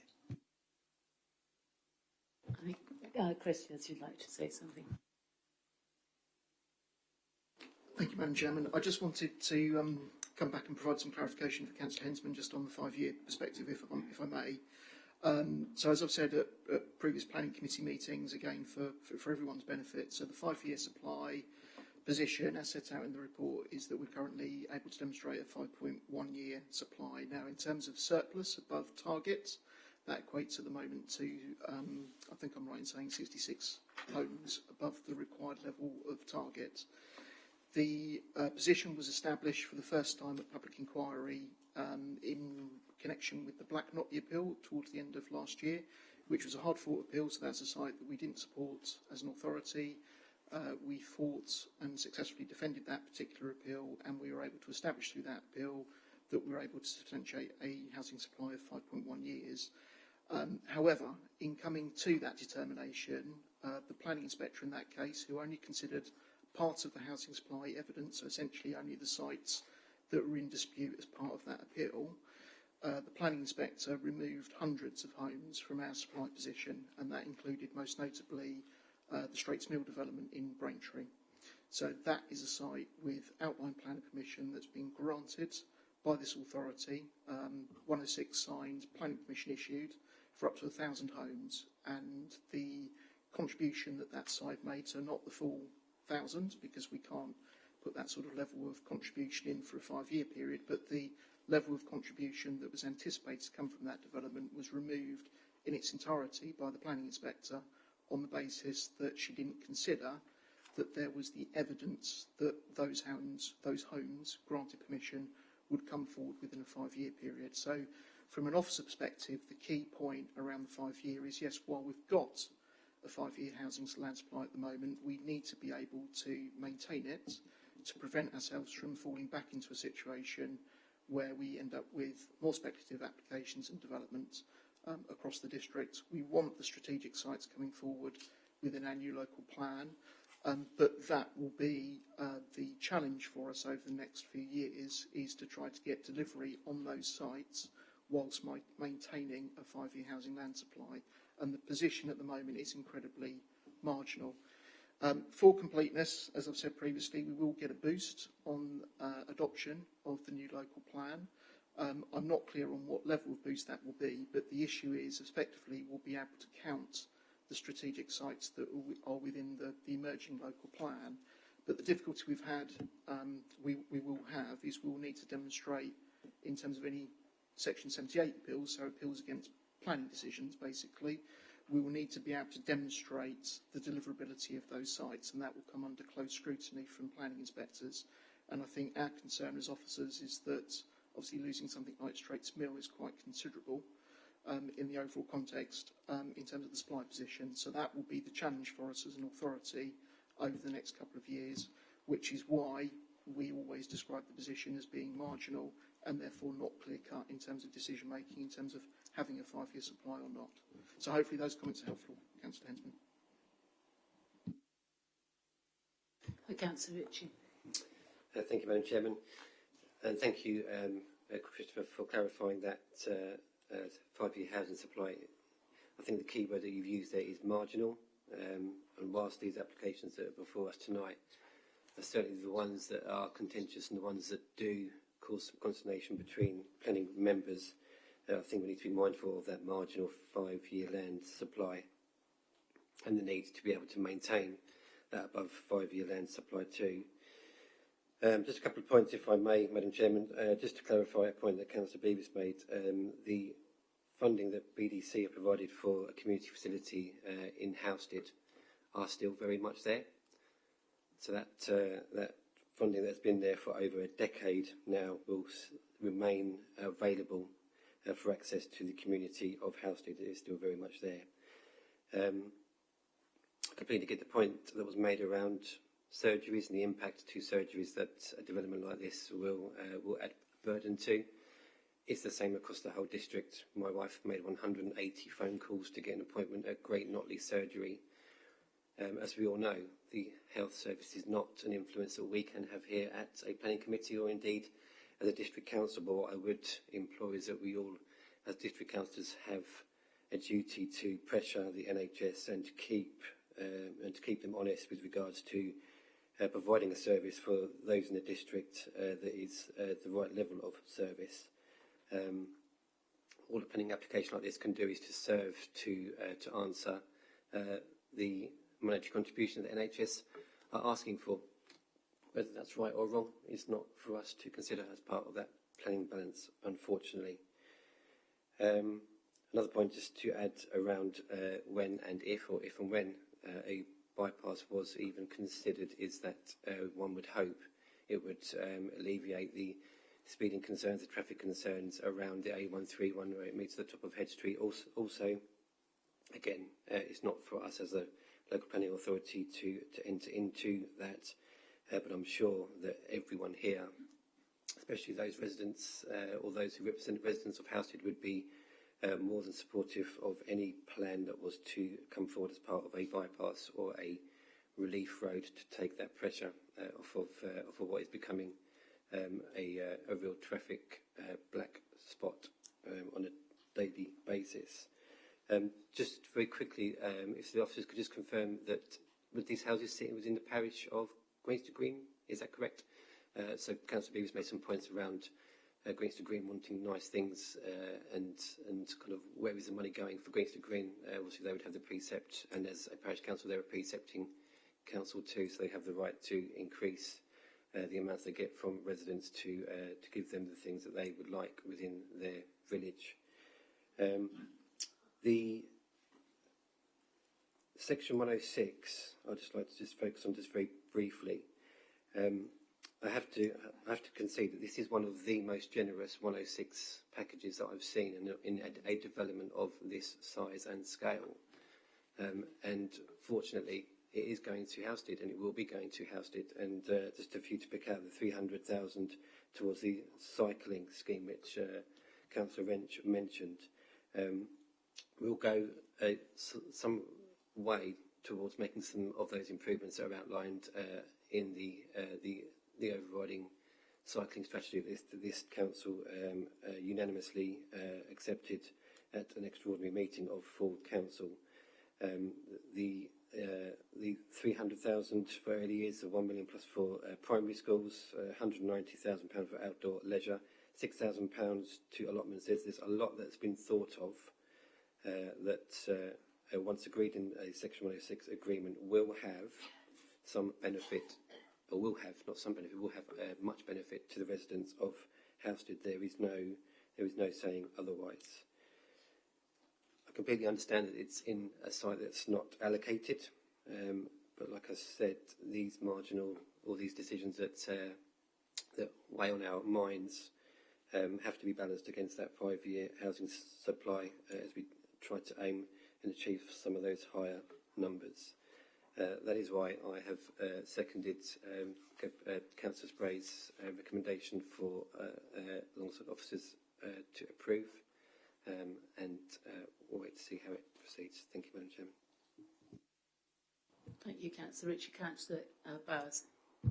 Yeah, thank you, Madam Chairman. I had a few questions. Chris has clarified the 5-year housing supply question, so that's been covered. Just a couple of quick questions.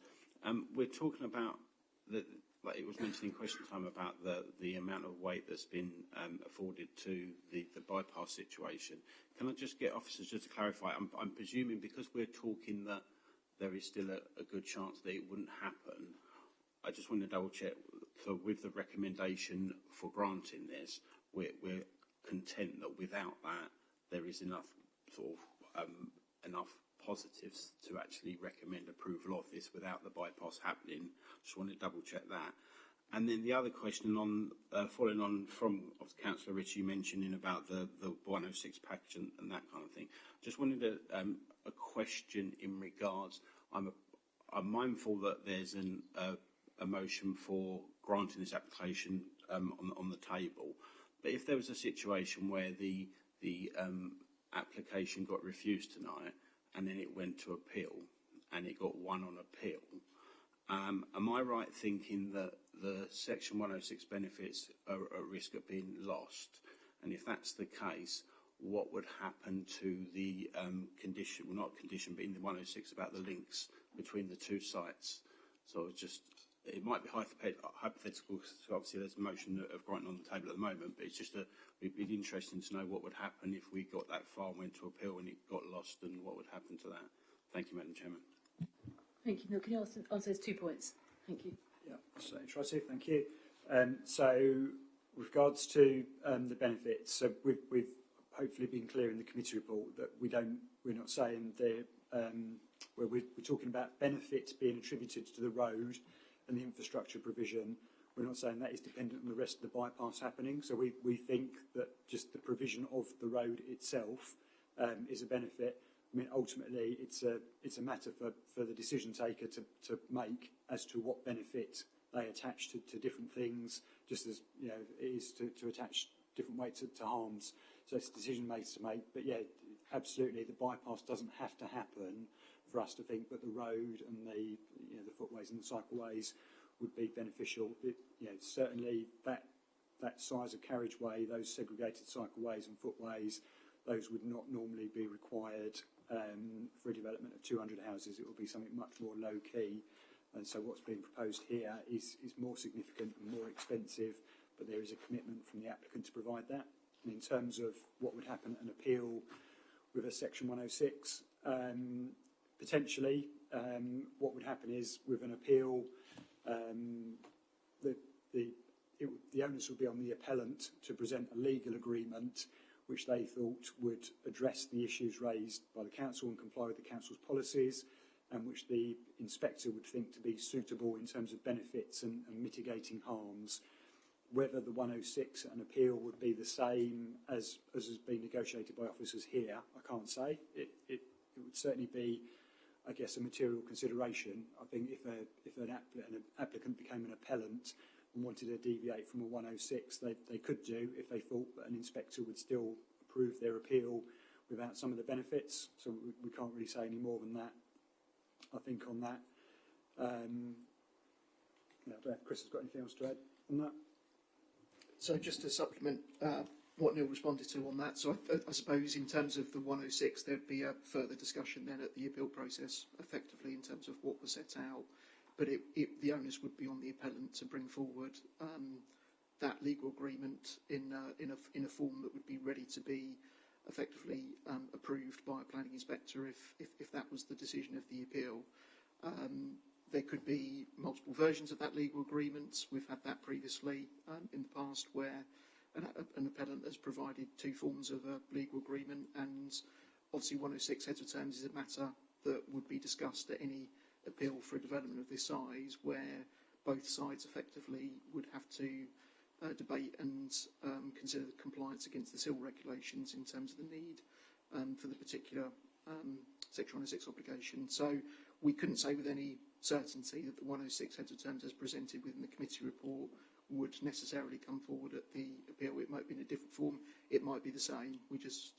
It's difficult to be able to give a firm answer on that, but it would ultimately be a matter for the inspector in that scenario to determine whether or not the 106 obligations were sufficient to mitigate the impact of the development, and also whether or not they were compliant with the civil regulations, and if it was deemed that any were not compliant in the mind of the inspector, they could be struck out effectively from the legal agreement in coming to a determination on the application. So hopefully that provides some clarity for you, Councillor House.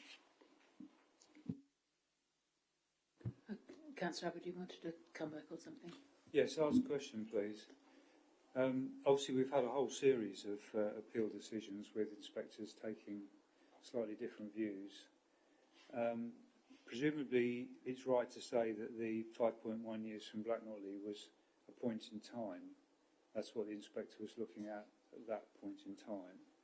And that an appeal, if there was to be an appeal, if we refuse this tonight, the inspector would be looking at the housing supply position at the point in time when he or she sat, so some months away.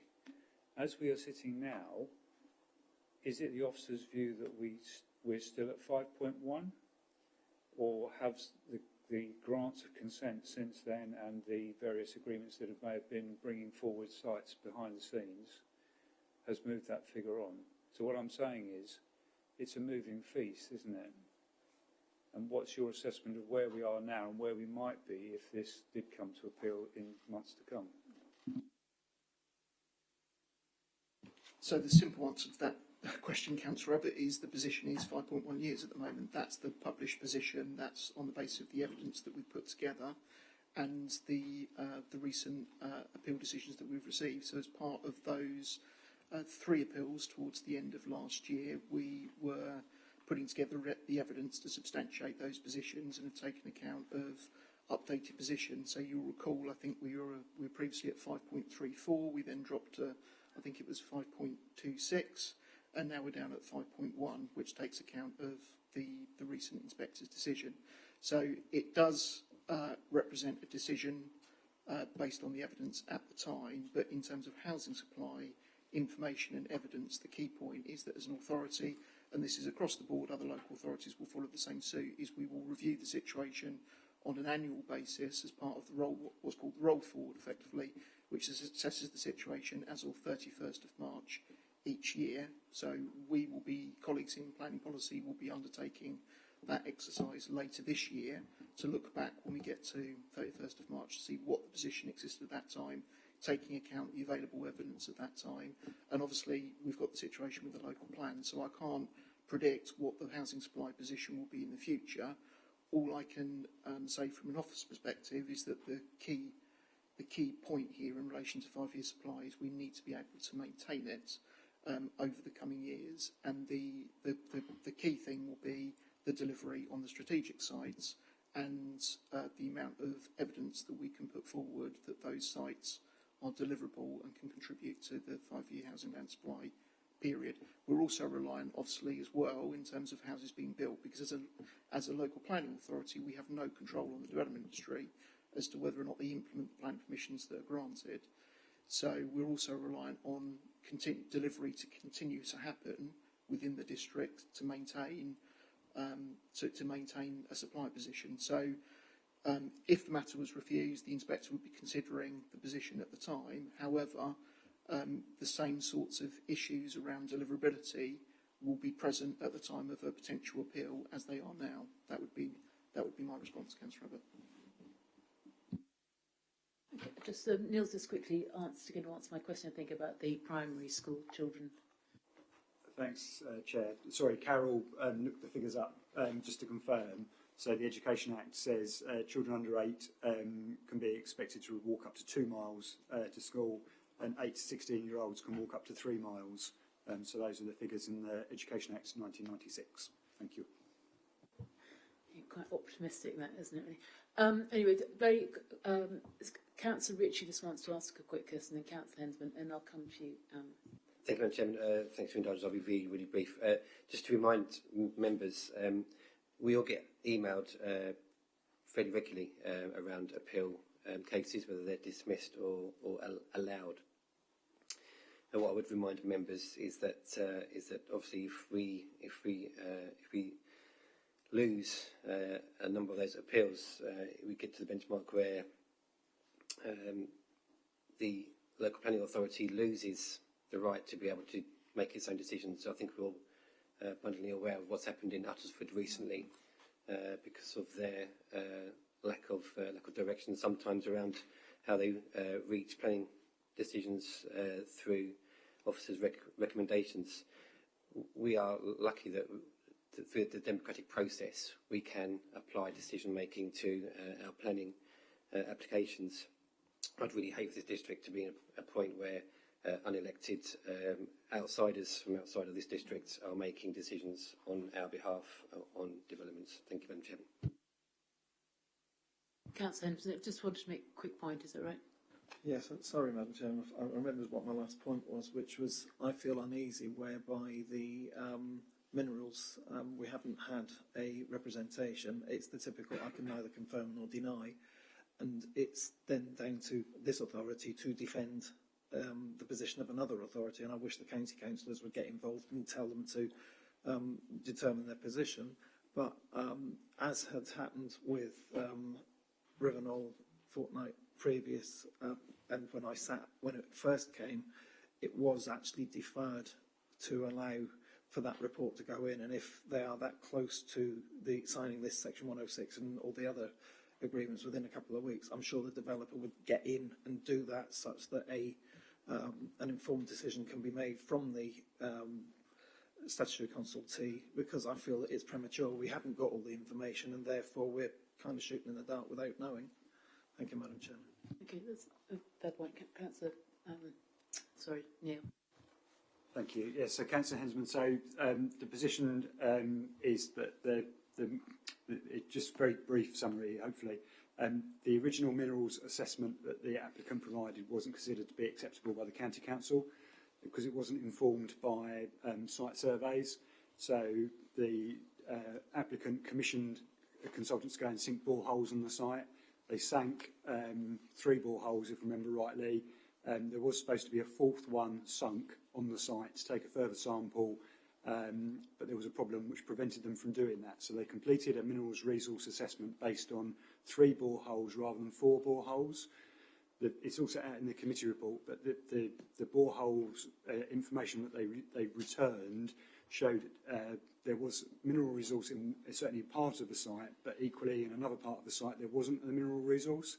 So as we've tried to explain, we think on the basis of the evidence that's been provided by the applicant, and given the site constraints and all the other factors, we think there's a very reasonable prospect that the site wouldn't be suitable for mineral extraction. So on that basis, we think it's acceptable to accept what's been provided and proceed. But I'd say the Mineral Authority's position is they think until that fourth borehole has been sunk and the analysis has been done, they won't take a position that the minerals resource assessment has been fully completed and that there's enough information to make that judgment. So that's the position. So in terms of what the applicant would need to do, they would need to sink another borehole, get the analysis done, go back to the county council. It isn't something that could be done within a couple of weeks. So we've tried to explain in the report what has happened, why we take the view that we think that is reasonable given what the applicant has presented, and why I wouldn't say we're ignoring the county council's position, but why we take a different view to the county council in terms of the information that's been provided. Okay, I'm just going to just ask Councillor Johnson to speak now, but we'll probably need to wrap this up fairly shortly afterwards. Thank you, Madam Chairman. No, I think we've aired this very, very well indeed. Just a couple of points. I think personally the mention of a bypass this evening has been misleading and shouldn't have perhaps been given so much emphasis. There's little prospect of one being constructed, if ever. I'm extremely concerned about once again the loss of mature trees, wildlife being affected, etc., etc. It happens so often. Once these trees are gone, they're gone. It's all very well to say we'll replace them with something new, but some of these oaks are several hundred years old. I mean, our country was built on oak trees. Look at the Armada, etc., etc. You know, we need trees. I think personally, as far as I'm concerned, I'm aware of what was being said about a possible appeal, but I've always felt that I voted as I feel fit, not in case an appeal may be generated and we lose it. I understand the cross factors, but you have to vote. We're here to vote, and I always vote with my heart and with what's before me. I'm always fully aware that our decisions are long-term and affect the future of future generations, so we must be very careful what we're doing, but this does bother me. I personally think it's not wanted, not required, not on this side. Thank you. Okay, members, I think we'll move to the vote now. I think this, as Councillor Johnson said, has had a good airing. So it has been moved by Councillor Mrs Spray and seconded by Councillor Ritchie that we grant this application. Can I ask all those in favour?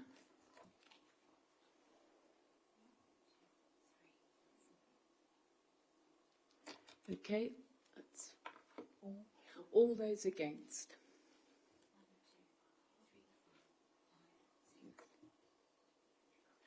Okay, members, that is quite clear. That application has been refused. Thank you.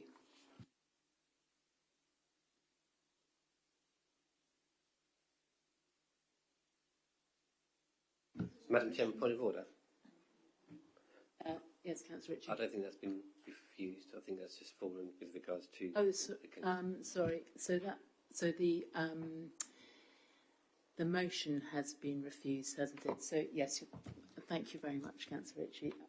So we do need now to have a motion to refuse the application. Thank you, Councillor Mrs Beavis. Are you moving?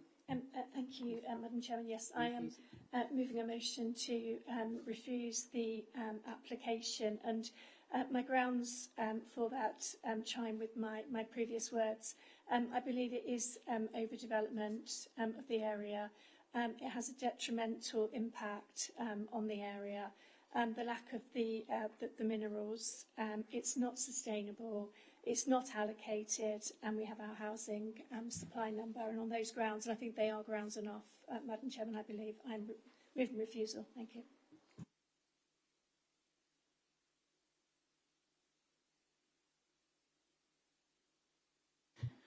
Does that find a seconder?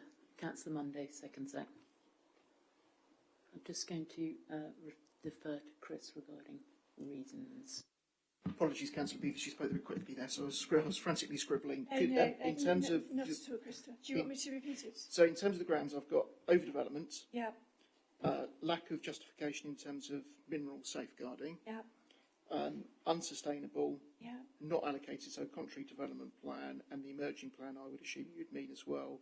And you've made a point about 5-year housing land supply as well. There was a fifth point as well Yes, earlier there on. was indeed, that it's detrimental on the impact of the area. it doesn't fit into the street scene, so therefore it's detrimental on the rural countryside. Thank you, Madam Chairman. If I may, just Madam Chairman, just coming back, and obviously it's members' decision, just from an officer's perspective, just in terms of reasons for refusal. So just taking them each in turn. So the overdevelopment point, that typically, when we would use that term in a planning sense, is we'd be talking about the density of development is too much for the site in question. So in terms of defending the appeal situation, you would need to be able to justify that actually the number of homes proposed on the site couldn't adequately fit on the site in terms of amenity space, car parking, and so forth. That as a point, given it's an outline application, so that's the first point, we haven't got that level of detail at the outline stage, and also the work that's been done in examining the framework plan that's been submitted has justified that actually that number of homes could adequately come forward. So obviously it's for members to decide, but I would urge caution over that particular term in the robustness of being able to defend that particular point, given it's an outline. The second point, just for clarity, so the point around the detrimental impact upon the character and appearance of the area, I think we need to be very specific on the reason for refusal, whether or not you're talking about character or whether or not you're talking about wider landscape impact. Mindful of the fact that we've already had an independent landscape assessment, and that's a specialist area of field. So if we were to include that as part of the reason for refusal, we would have to substantiate at an appeal situation, contrary to our own independent advice, that there is a detrimental impact upon the landscape. So I just need to make that point as well, that would be a point we'd have to be able to substantiate. I think the minerals point, understood.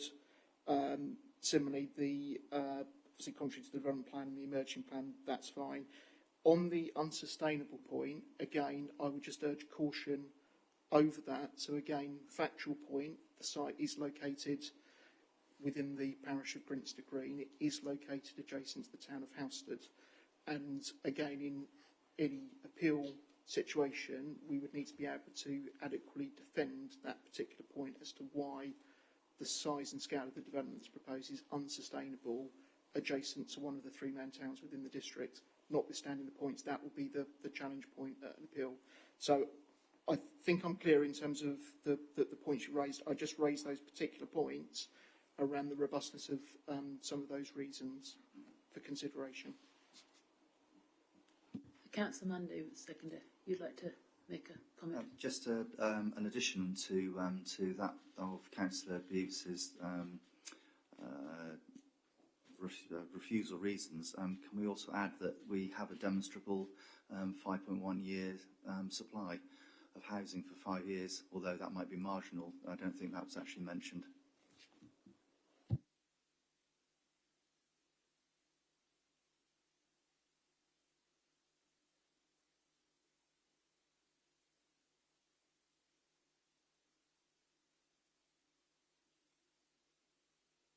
Sorry, Councillor Beavis, Neil's just made a fair point. In terms of the overdevelopment point, in terms of what you're referring to, are you referring to the site or are you referring to the wider area and Housestead? It's just in terms of my comment, in terms of if we're referring to the site, that's inferring that the scale of development can't be satisfactorily accommodated within the red line boundary for the application site. Yeah, I mean, I am, if I'm honest, coming from the point of view as well that we've you know, obviously made a lot of mention about Housestead this evening, but actually this site is Grinster Green and Housestead Rural. It's a parish council. It's a parish council boundary, and I just feel that it's overdevelopment in a rural landscape. I know Housted's there, but if Housestead wasn't there, and we're looking at a rural landscape, and if I may, and I do apologise, Neil mentioned something on his presentation earlier on about visual impact and it not fitting the.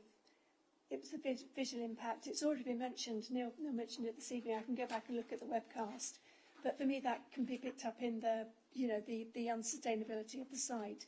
It's something that we can pick up. And I'm happy for the 5-year supply to be mentioned as well.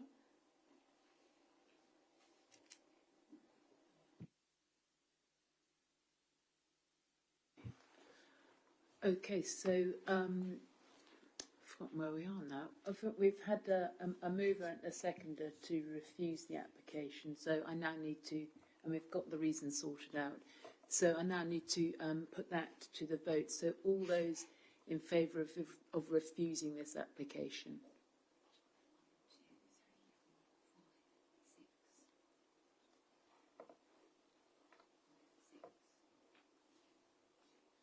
Okay.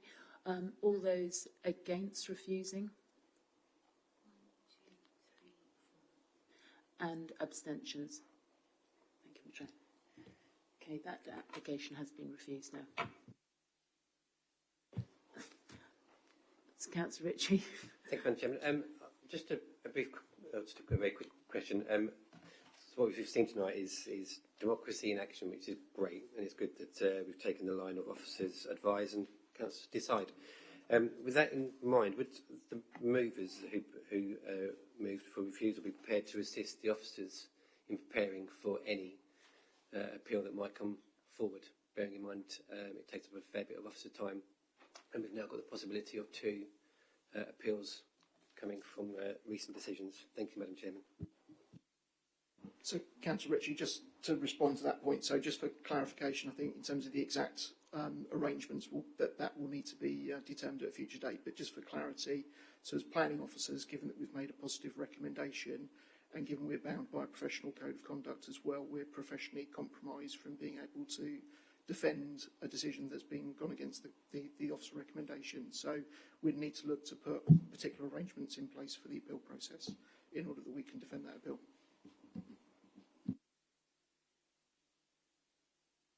Okay, members, so we'll now move on to the next item on the agenda, which is item 5B. Actually, I'll just wait for members of the public to leave the room.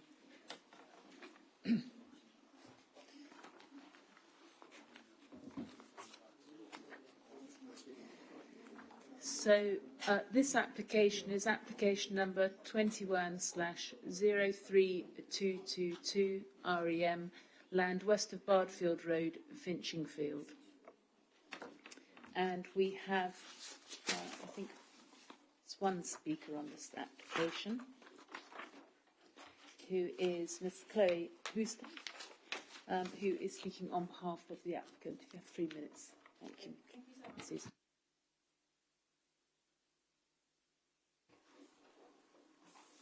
Hello everyone, good evening. Thank you for providing me with the opportunity to address the committee and speak on behalf of the application. I'm Chloe Houston, I'm a development manager at Hill, and I'm delighted to present our proposals for your consideration. Living locally in Saffron Walden, I fully understand the sensitivities of designing a new build development within Finchingfield's historic and picturesque setting, which is why we have adopted a collaborative design approach in partnership with Finchingfield Parish Council and Braintree District Council. This collaborative approach, together with consultation with local residents and Great Bardfield Parish Council, has resulted in what we believe to be a sensitive and exceptional design that redefines and improves the southern gateway into the village. The development is set back from Bardfield Road and is heavily screened through existing and newly proposed vegetation,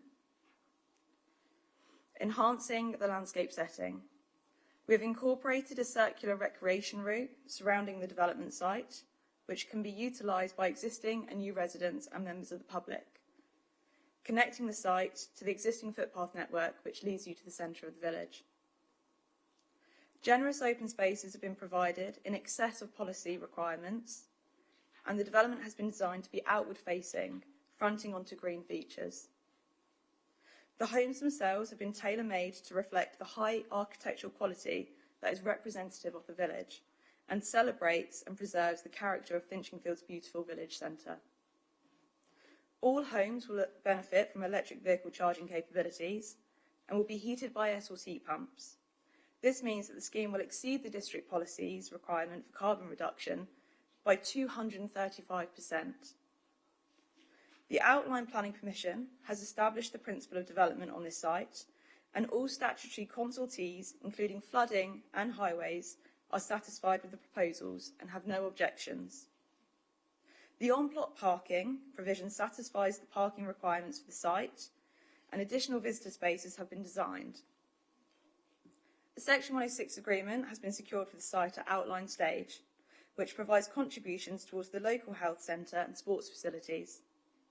Moreover, the Section 106 secures that 20 of the homes will be affordable homes, which will be indistinguishable from the private units in their appearance. Although not a requirement of the scheme, we'll be offering Finchingfield Parish Council a contribution towards the upgrading and enhancement of their existing play facilities within the village for the community to enjoy. Our collaboration with the parish and district councils will continue beyond the application's determination, and we'll be able to provide updates and address comments during construction. In summary, this will be a high-quality development that has been exceptionally designed in partnership with Finchingfield Parish Council and Braintree District Council, and we look forward to delivering these needed homes within the village. Thank you for your time and for your consideration. Thank you, Ms Houston. I'll move on to the officer presentation now, which is going to be given by Carol. Good evening, everyone. This application is a reserved matters application following the original outline approval granted on appeal back in 2020. The scheme is for a proposal of 50 dwellings. As you can see here, this is the location plan. The site is located to the south of Finchingfield Village, and it lies outside of development boundaries. The aerial photos here shows the location of the site. The star is the application site. To the north of the application site is the Finchingfield recreation ground and the playground. The site is located to the west of Barfield Road. This shows the master plan of the scheme. As you can see here, the applicant has proposed to have an outward greening approach for the scheme. Houses will be facing outward. There will be a peripheral walk all around the site boundaries. The entrance point to the site has been agreed as part of the outline consent. In terms of the proposal, as mentioned by the applicant earlier, it's been secured to have 40% affordable housing, which equates to 20 units. The scheme complies with consists of a mix of 1-bed to 5-bedroom properties. The overall density of the site is about 12 dwellings per hectare. And in terms of public open space, the applicant will be providing about 1.13 hectare, which is over the original requirement of the outline consent of 0.97 hectare.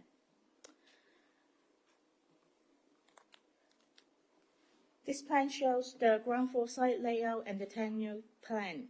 As you can see here, the northeast corner of the site will provide 14 units of affordable rent units. In the middle of the site will be the public open space provided by the applicant, and then at the bottom, in the southern part, there will be 6 shared ownership affordable units. A pumping station is also proposed at the at the southwestern corner, and attenuation basin is also proposed at the southeastern corner. There's quite a different various house types being proposed by the applicant, so I've selected a few house types to introduce here. The one shown on the screen at the moment is one of the 2 terrace blocks proposed by the applicant. This includes 4 2-bed terrace units with a 1-bed mezzanine above undercraft parking. The middle part is a 1-bed maisonette, and the 2 terrace blocks will be located at the northeastern corner. This one and then this one. A number of 3-bed semi-detached dwellings are also proposed both for market and affordable housing. And there's a few 4-bed detached units within the middle part of the site. And this one shows the largest dwellings being proposed. 2 of the dwellings will be 5-bed, 10-person detached housing, and both of them are on the western part of the site. In terms of landscape proposal, a total of 7 trees and 2 small group of hedges will be removed. The 7 trees and 1 of the hedges along the roadside to be removed are actually in line with the outline consent. A small part of the hedges along the northern part along here will be removed to facilitate a pedestrian link linking to the recreation ground to the north. Within the proposal, within the application site, a total of 119 trees, new trees will be proposed to be planted. Following a pre-application consultation with the 2 parish councils, the applicant also proposed to introduce additional planting along the roadside of along Barfield Road. However, members are reminded that these 19 additional trees are outside of application site, and therefore we cannot secure any replacement within 5 years. The next few slides shows how the proposed development will look. This one shows the view as seen from the northern track. And this shows the Western Street elevation as viewed from the wider agricultural field. The upper one here shows the southern boundaries as viewed from on the way to from Barfield, looking towards to Finchley direction. And the bottom one shows the eastern elevation, which will be the one that can be viewed along Barfield Road. Within the submission, the applicant has also provided some computer-generated images to show how the proposed development will look like. This one shows how the development will look from the northwestern corner. As you can see here, this is one of the largest proposed dwellings, the 5-bed detached dwellings to be provided. The upper image here shows one of the 4-bed units to be proposed near to the central open space. And the bottom one is the view from the public open space towards to the south.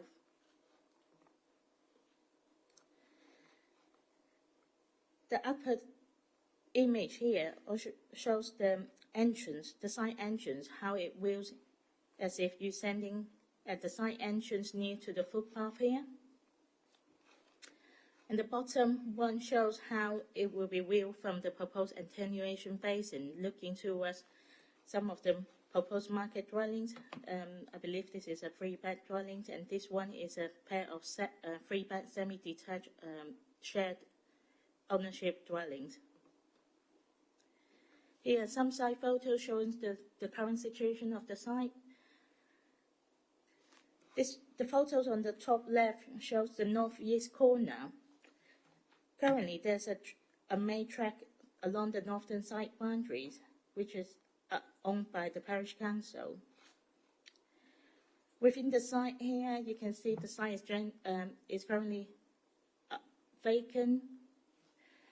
It has a generally flat land topography. The slope gradient slightly raised from east to west and from south to north. These are the views.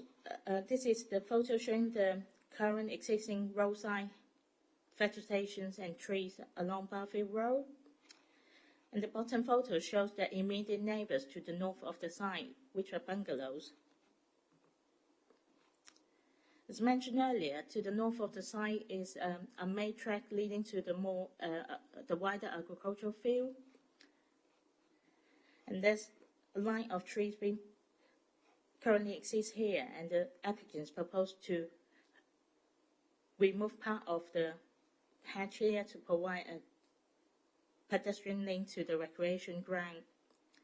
And this shows the view from the main track walking leading to the recreation ground. Currently is not a formal path.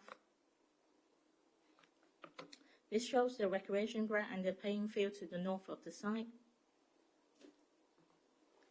And this picture shows the view from the recreation ground towards the site. The site is behind all the trees here, and the site is actually wider than what you can see, the view here. Considerations. When officers consider the applications, just want to highlight that obviously this is a reserved matters application. The principle of the development has been established from the outline consent, and the site access point has been agreed as part of the outline scheme as well.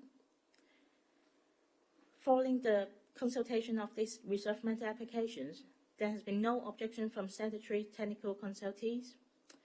Officers consider that the appearance, landscaping, proposed layout and scale of the proposal are considered acceptable, and it represents a very well-designed scheme, and therefore officers are recommending to grant approval subject to conditions.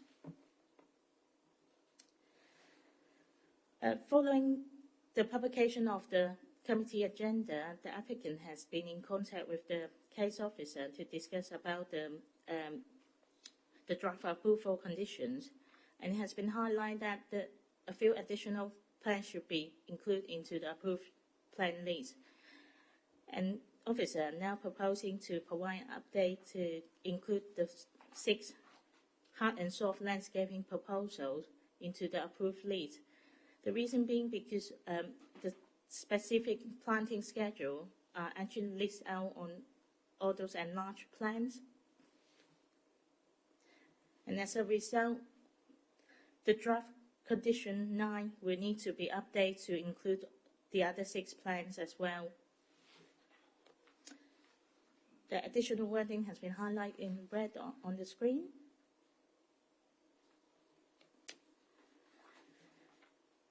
And for condition 4, it's considered that it will provide greater clarity in terms of what the council is looking for in terms of external finishes. So it's been suggested to include the the wordings highlighted in red here, so that everyone is clear about what is required from the condition.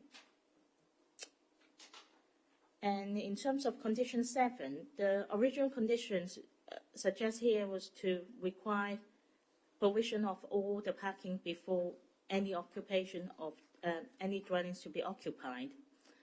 However, applicant has suggested that to facilitate the construction process and to allow completed dwellings to be occupied, it's considered that it might be more worthwhile to provide a car parking provision strategy so as to allow some partial occupation of dwellings to happen before all parking on site being provided.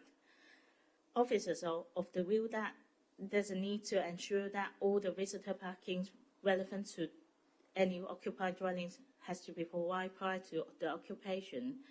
And this amend wording of the condition will allow officers to control that as part of the discharge condition application. And that's the end of my presentation. Thank you. Thank you very much, Carol, for that. Members, Councillor Mann first. Thank you, Madam Chairman. Now, this is not a site that we wish to see developed.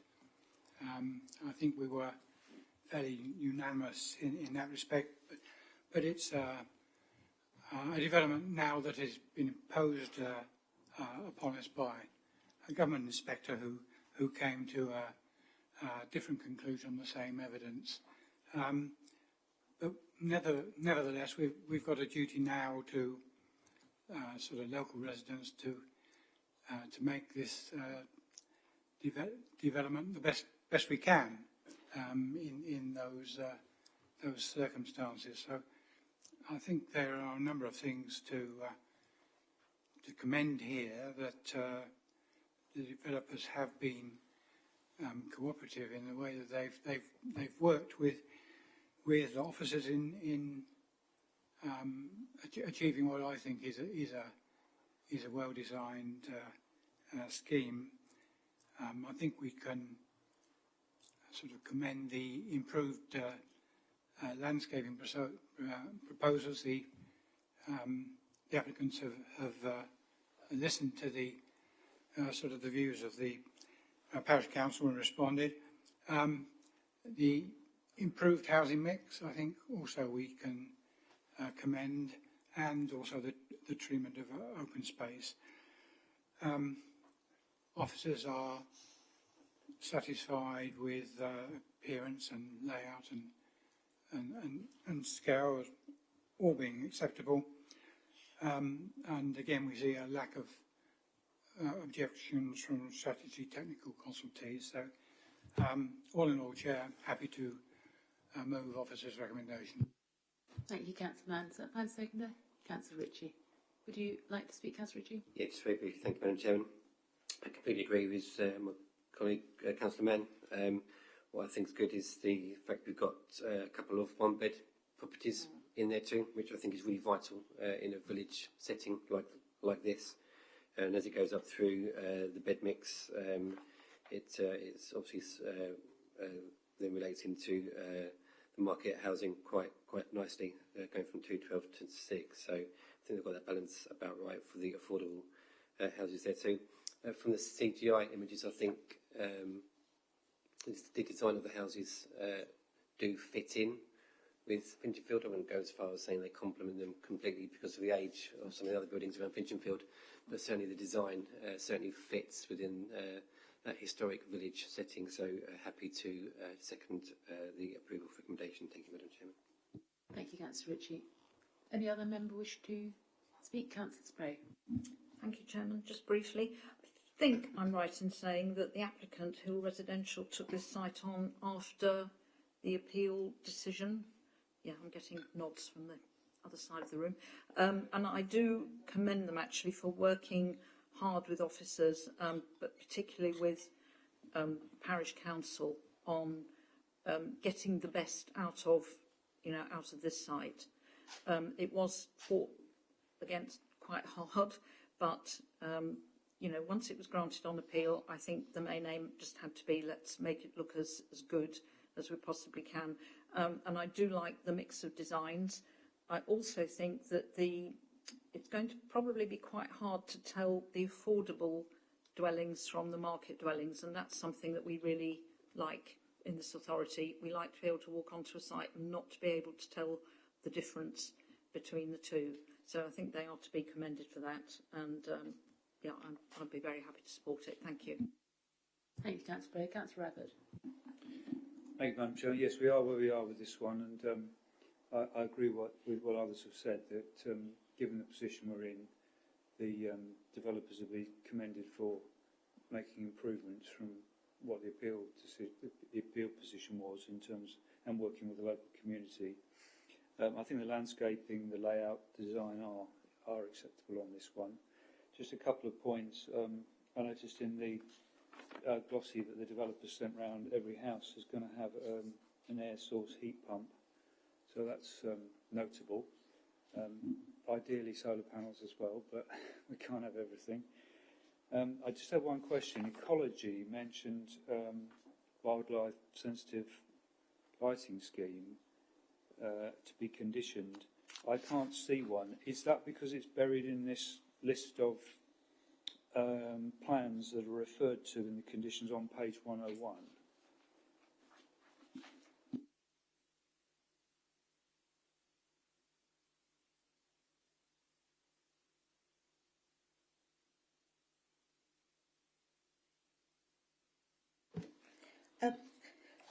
Condition 5 has the request for landscape and ecological management plan, and the outline consent also have a conditions requiring net biodiversity netting.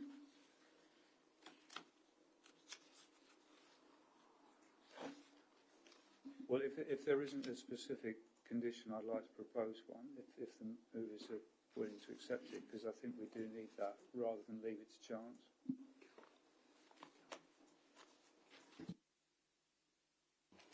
Sorry, Councillor, I was just going to come back on that. So, subject to members' agreement, we could certainly add a condition based on the standard wording that we use for specific lighting. So, Madam Chair, should all also have said move the amended conditions. And Councillor Mann, I presume you're happy with the lighting condition? Yeah. Councillor Monday. I might have missed this in the report, but is there any PV charging points for any of these houses? And if there aren't, and I've missed it, I apologise, but I was in the glossy. Okay, in which case I stand corrected.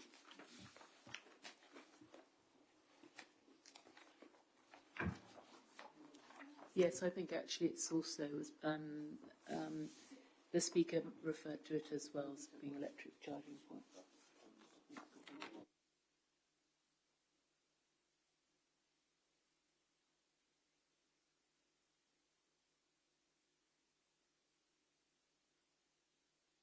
Carol, you have a point about the lighting, I think, is that right? Thank you. The original outline consent has condition 16 has highlighted the need for external lighting, so we'll be consulting the ecological consultant as well as part of a discharge application. if it would help, Councillor Abbott, is specifically, so condition 16 on the appeal decision, so apologies. So it does specifically mention in the second paragraph the scheme shall identify those features on site that are potentially sensitive for bats, including important routes used for foraging, and details of how and where external lighting will be installed and its form, so not to disturb, impede or otherwise prevent bat presence or movement. So it's not our standard wording, but it was obviously part of the consideration of the outline, which would still be applicable. So it's still a matter that we'd have control over. So potentially we wouldn't need the additional condition, given the presence of that on the appeal decision. Okay, so we won't need that additional condition. Does any other member wish to say anything? Okay, so it has been moved by Councillor Mann and seconded by Councillor Ritchie that we grant this application with those amendments to the conditions. All those in favour? That is unanimous. Thank you, members. And that now brings us to the end of our planning committee meeting at just after 9:30. And I wish you all a good night and see you next time.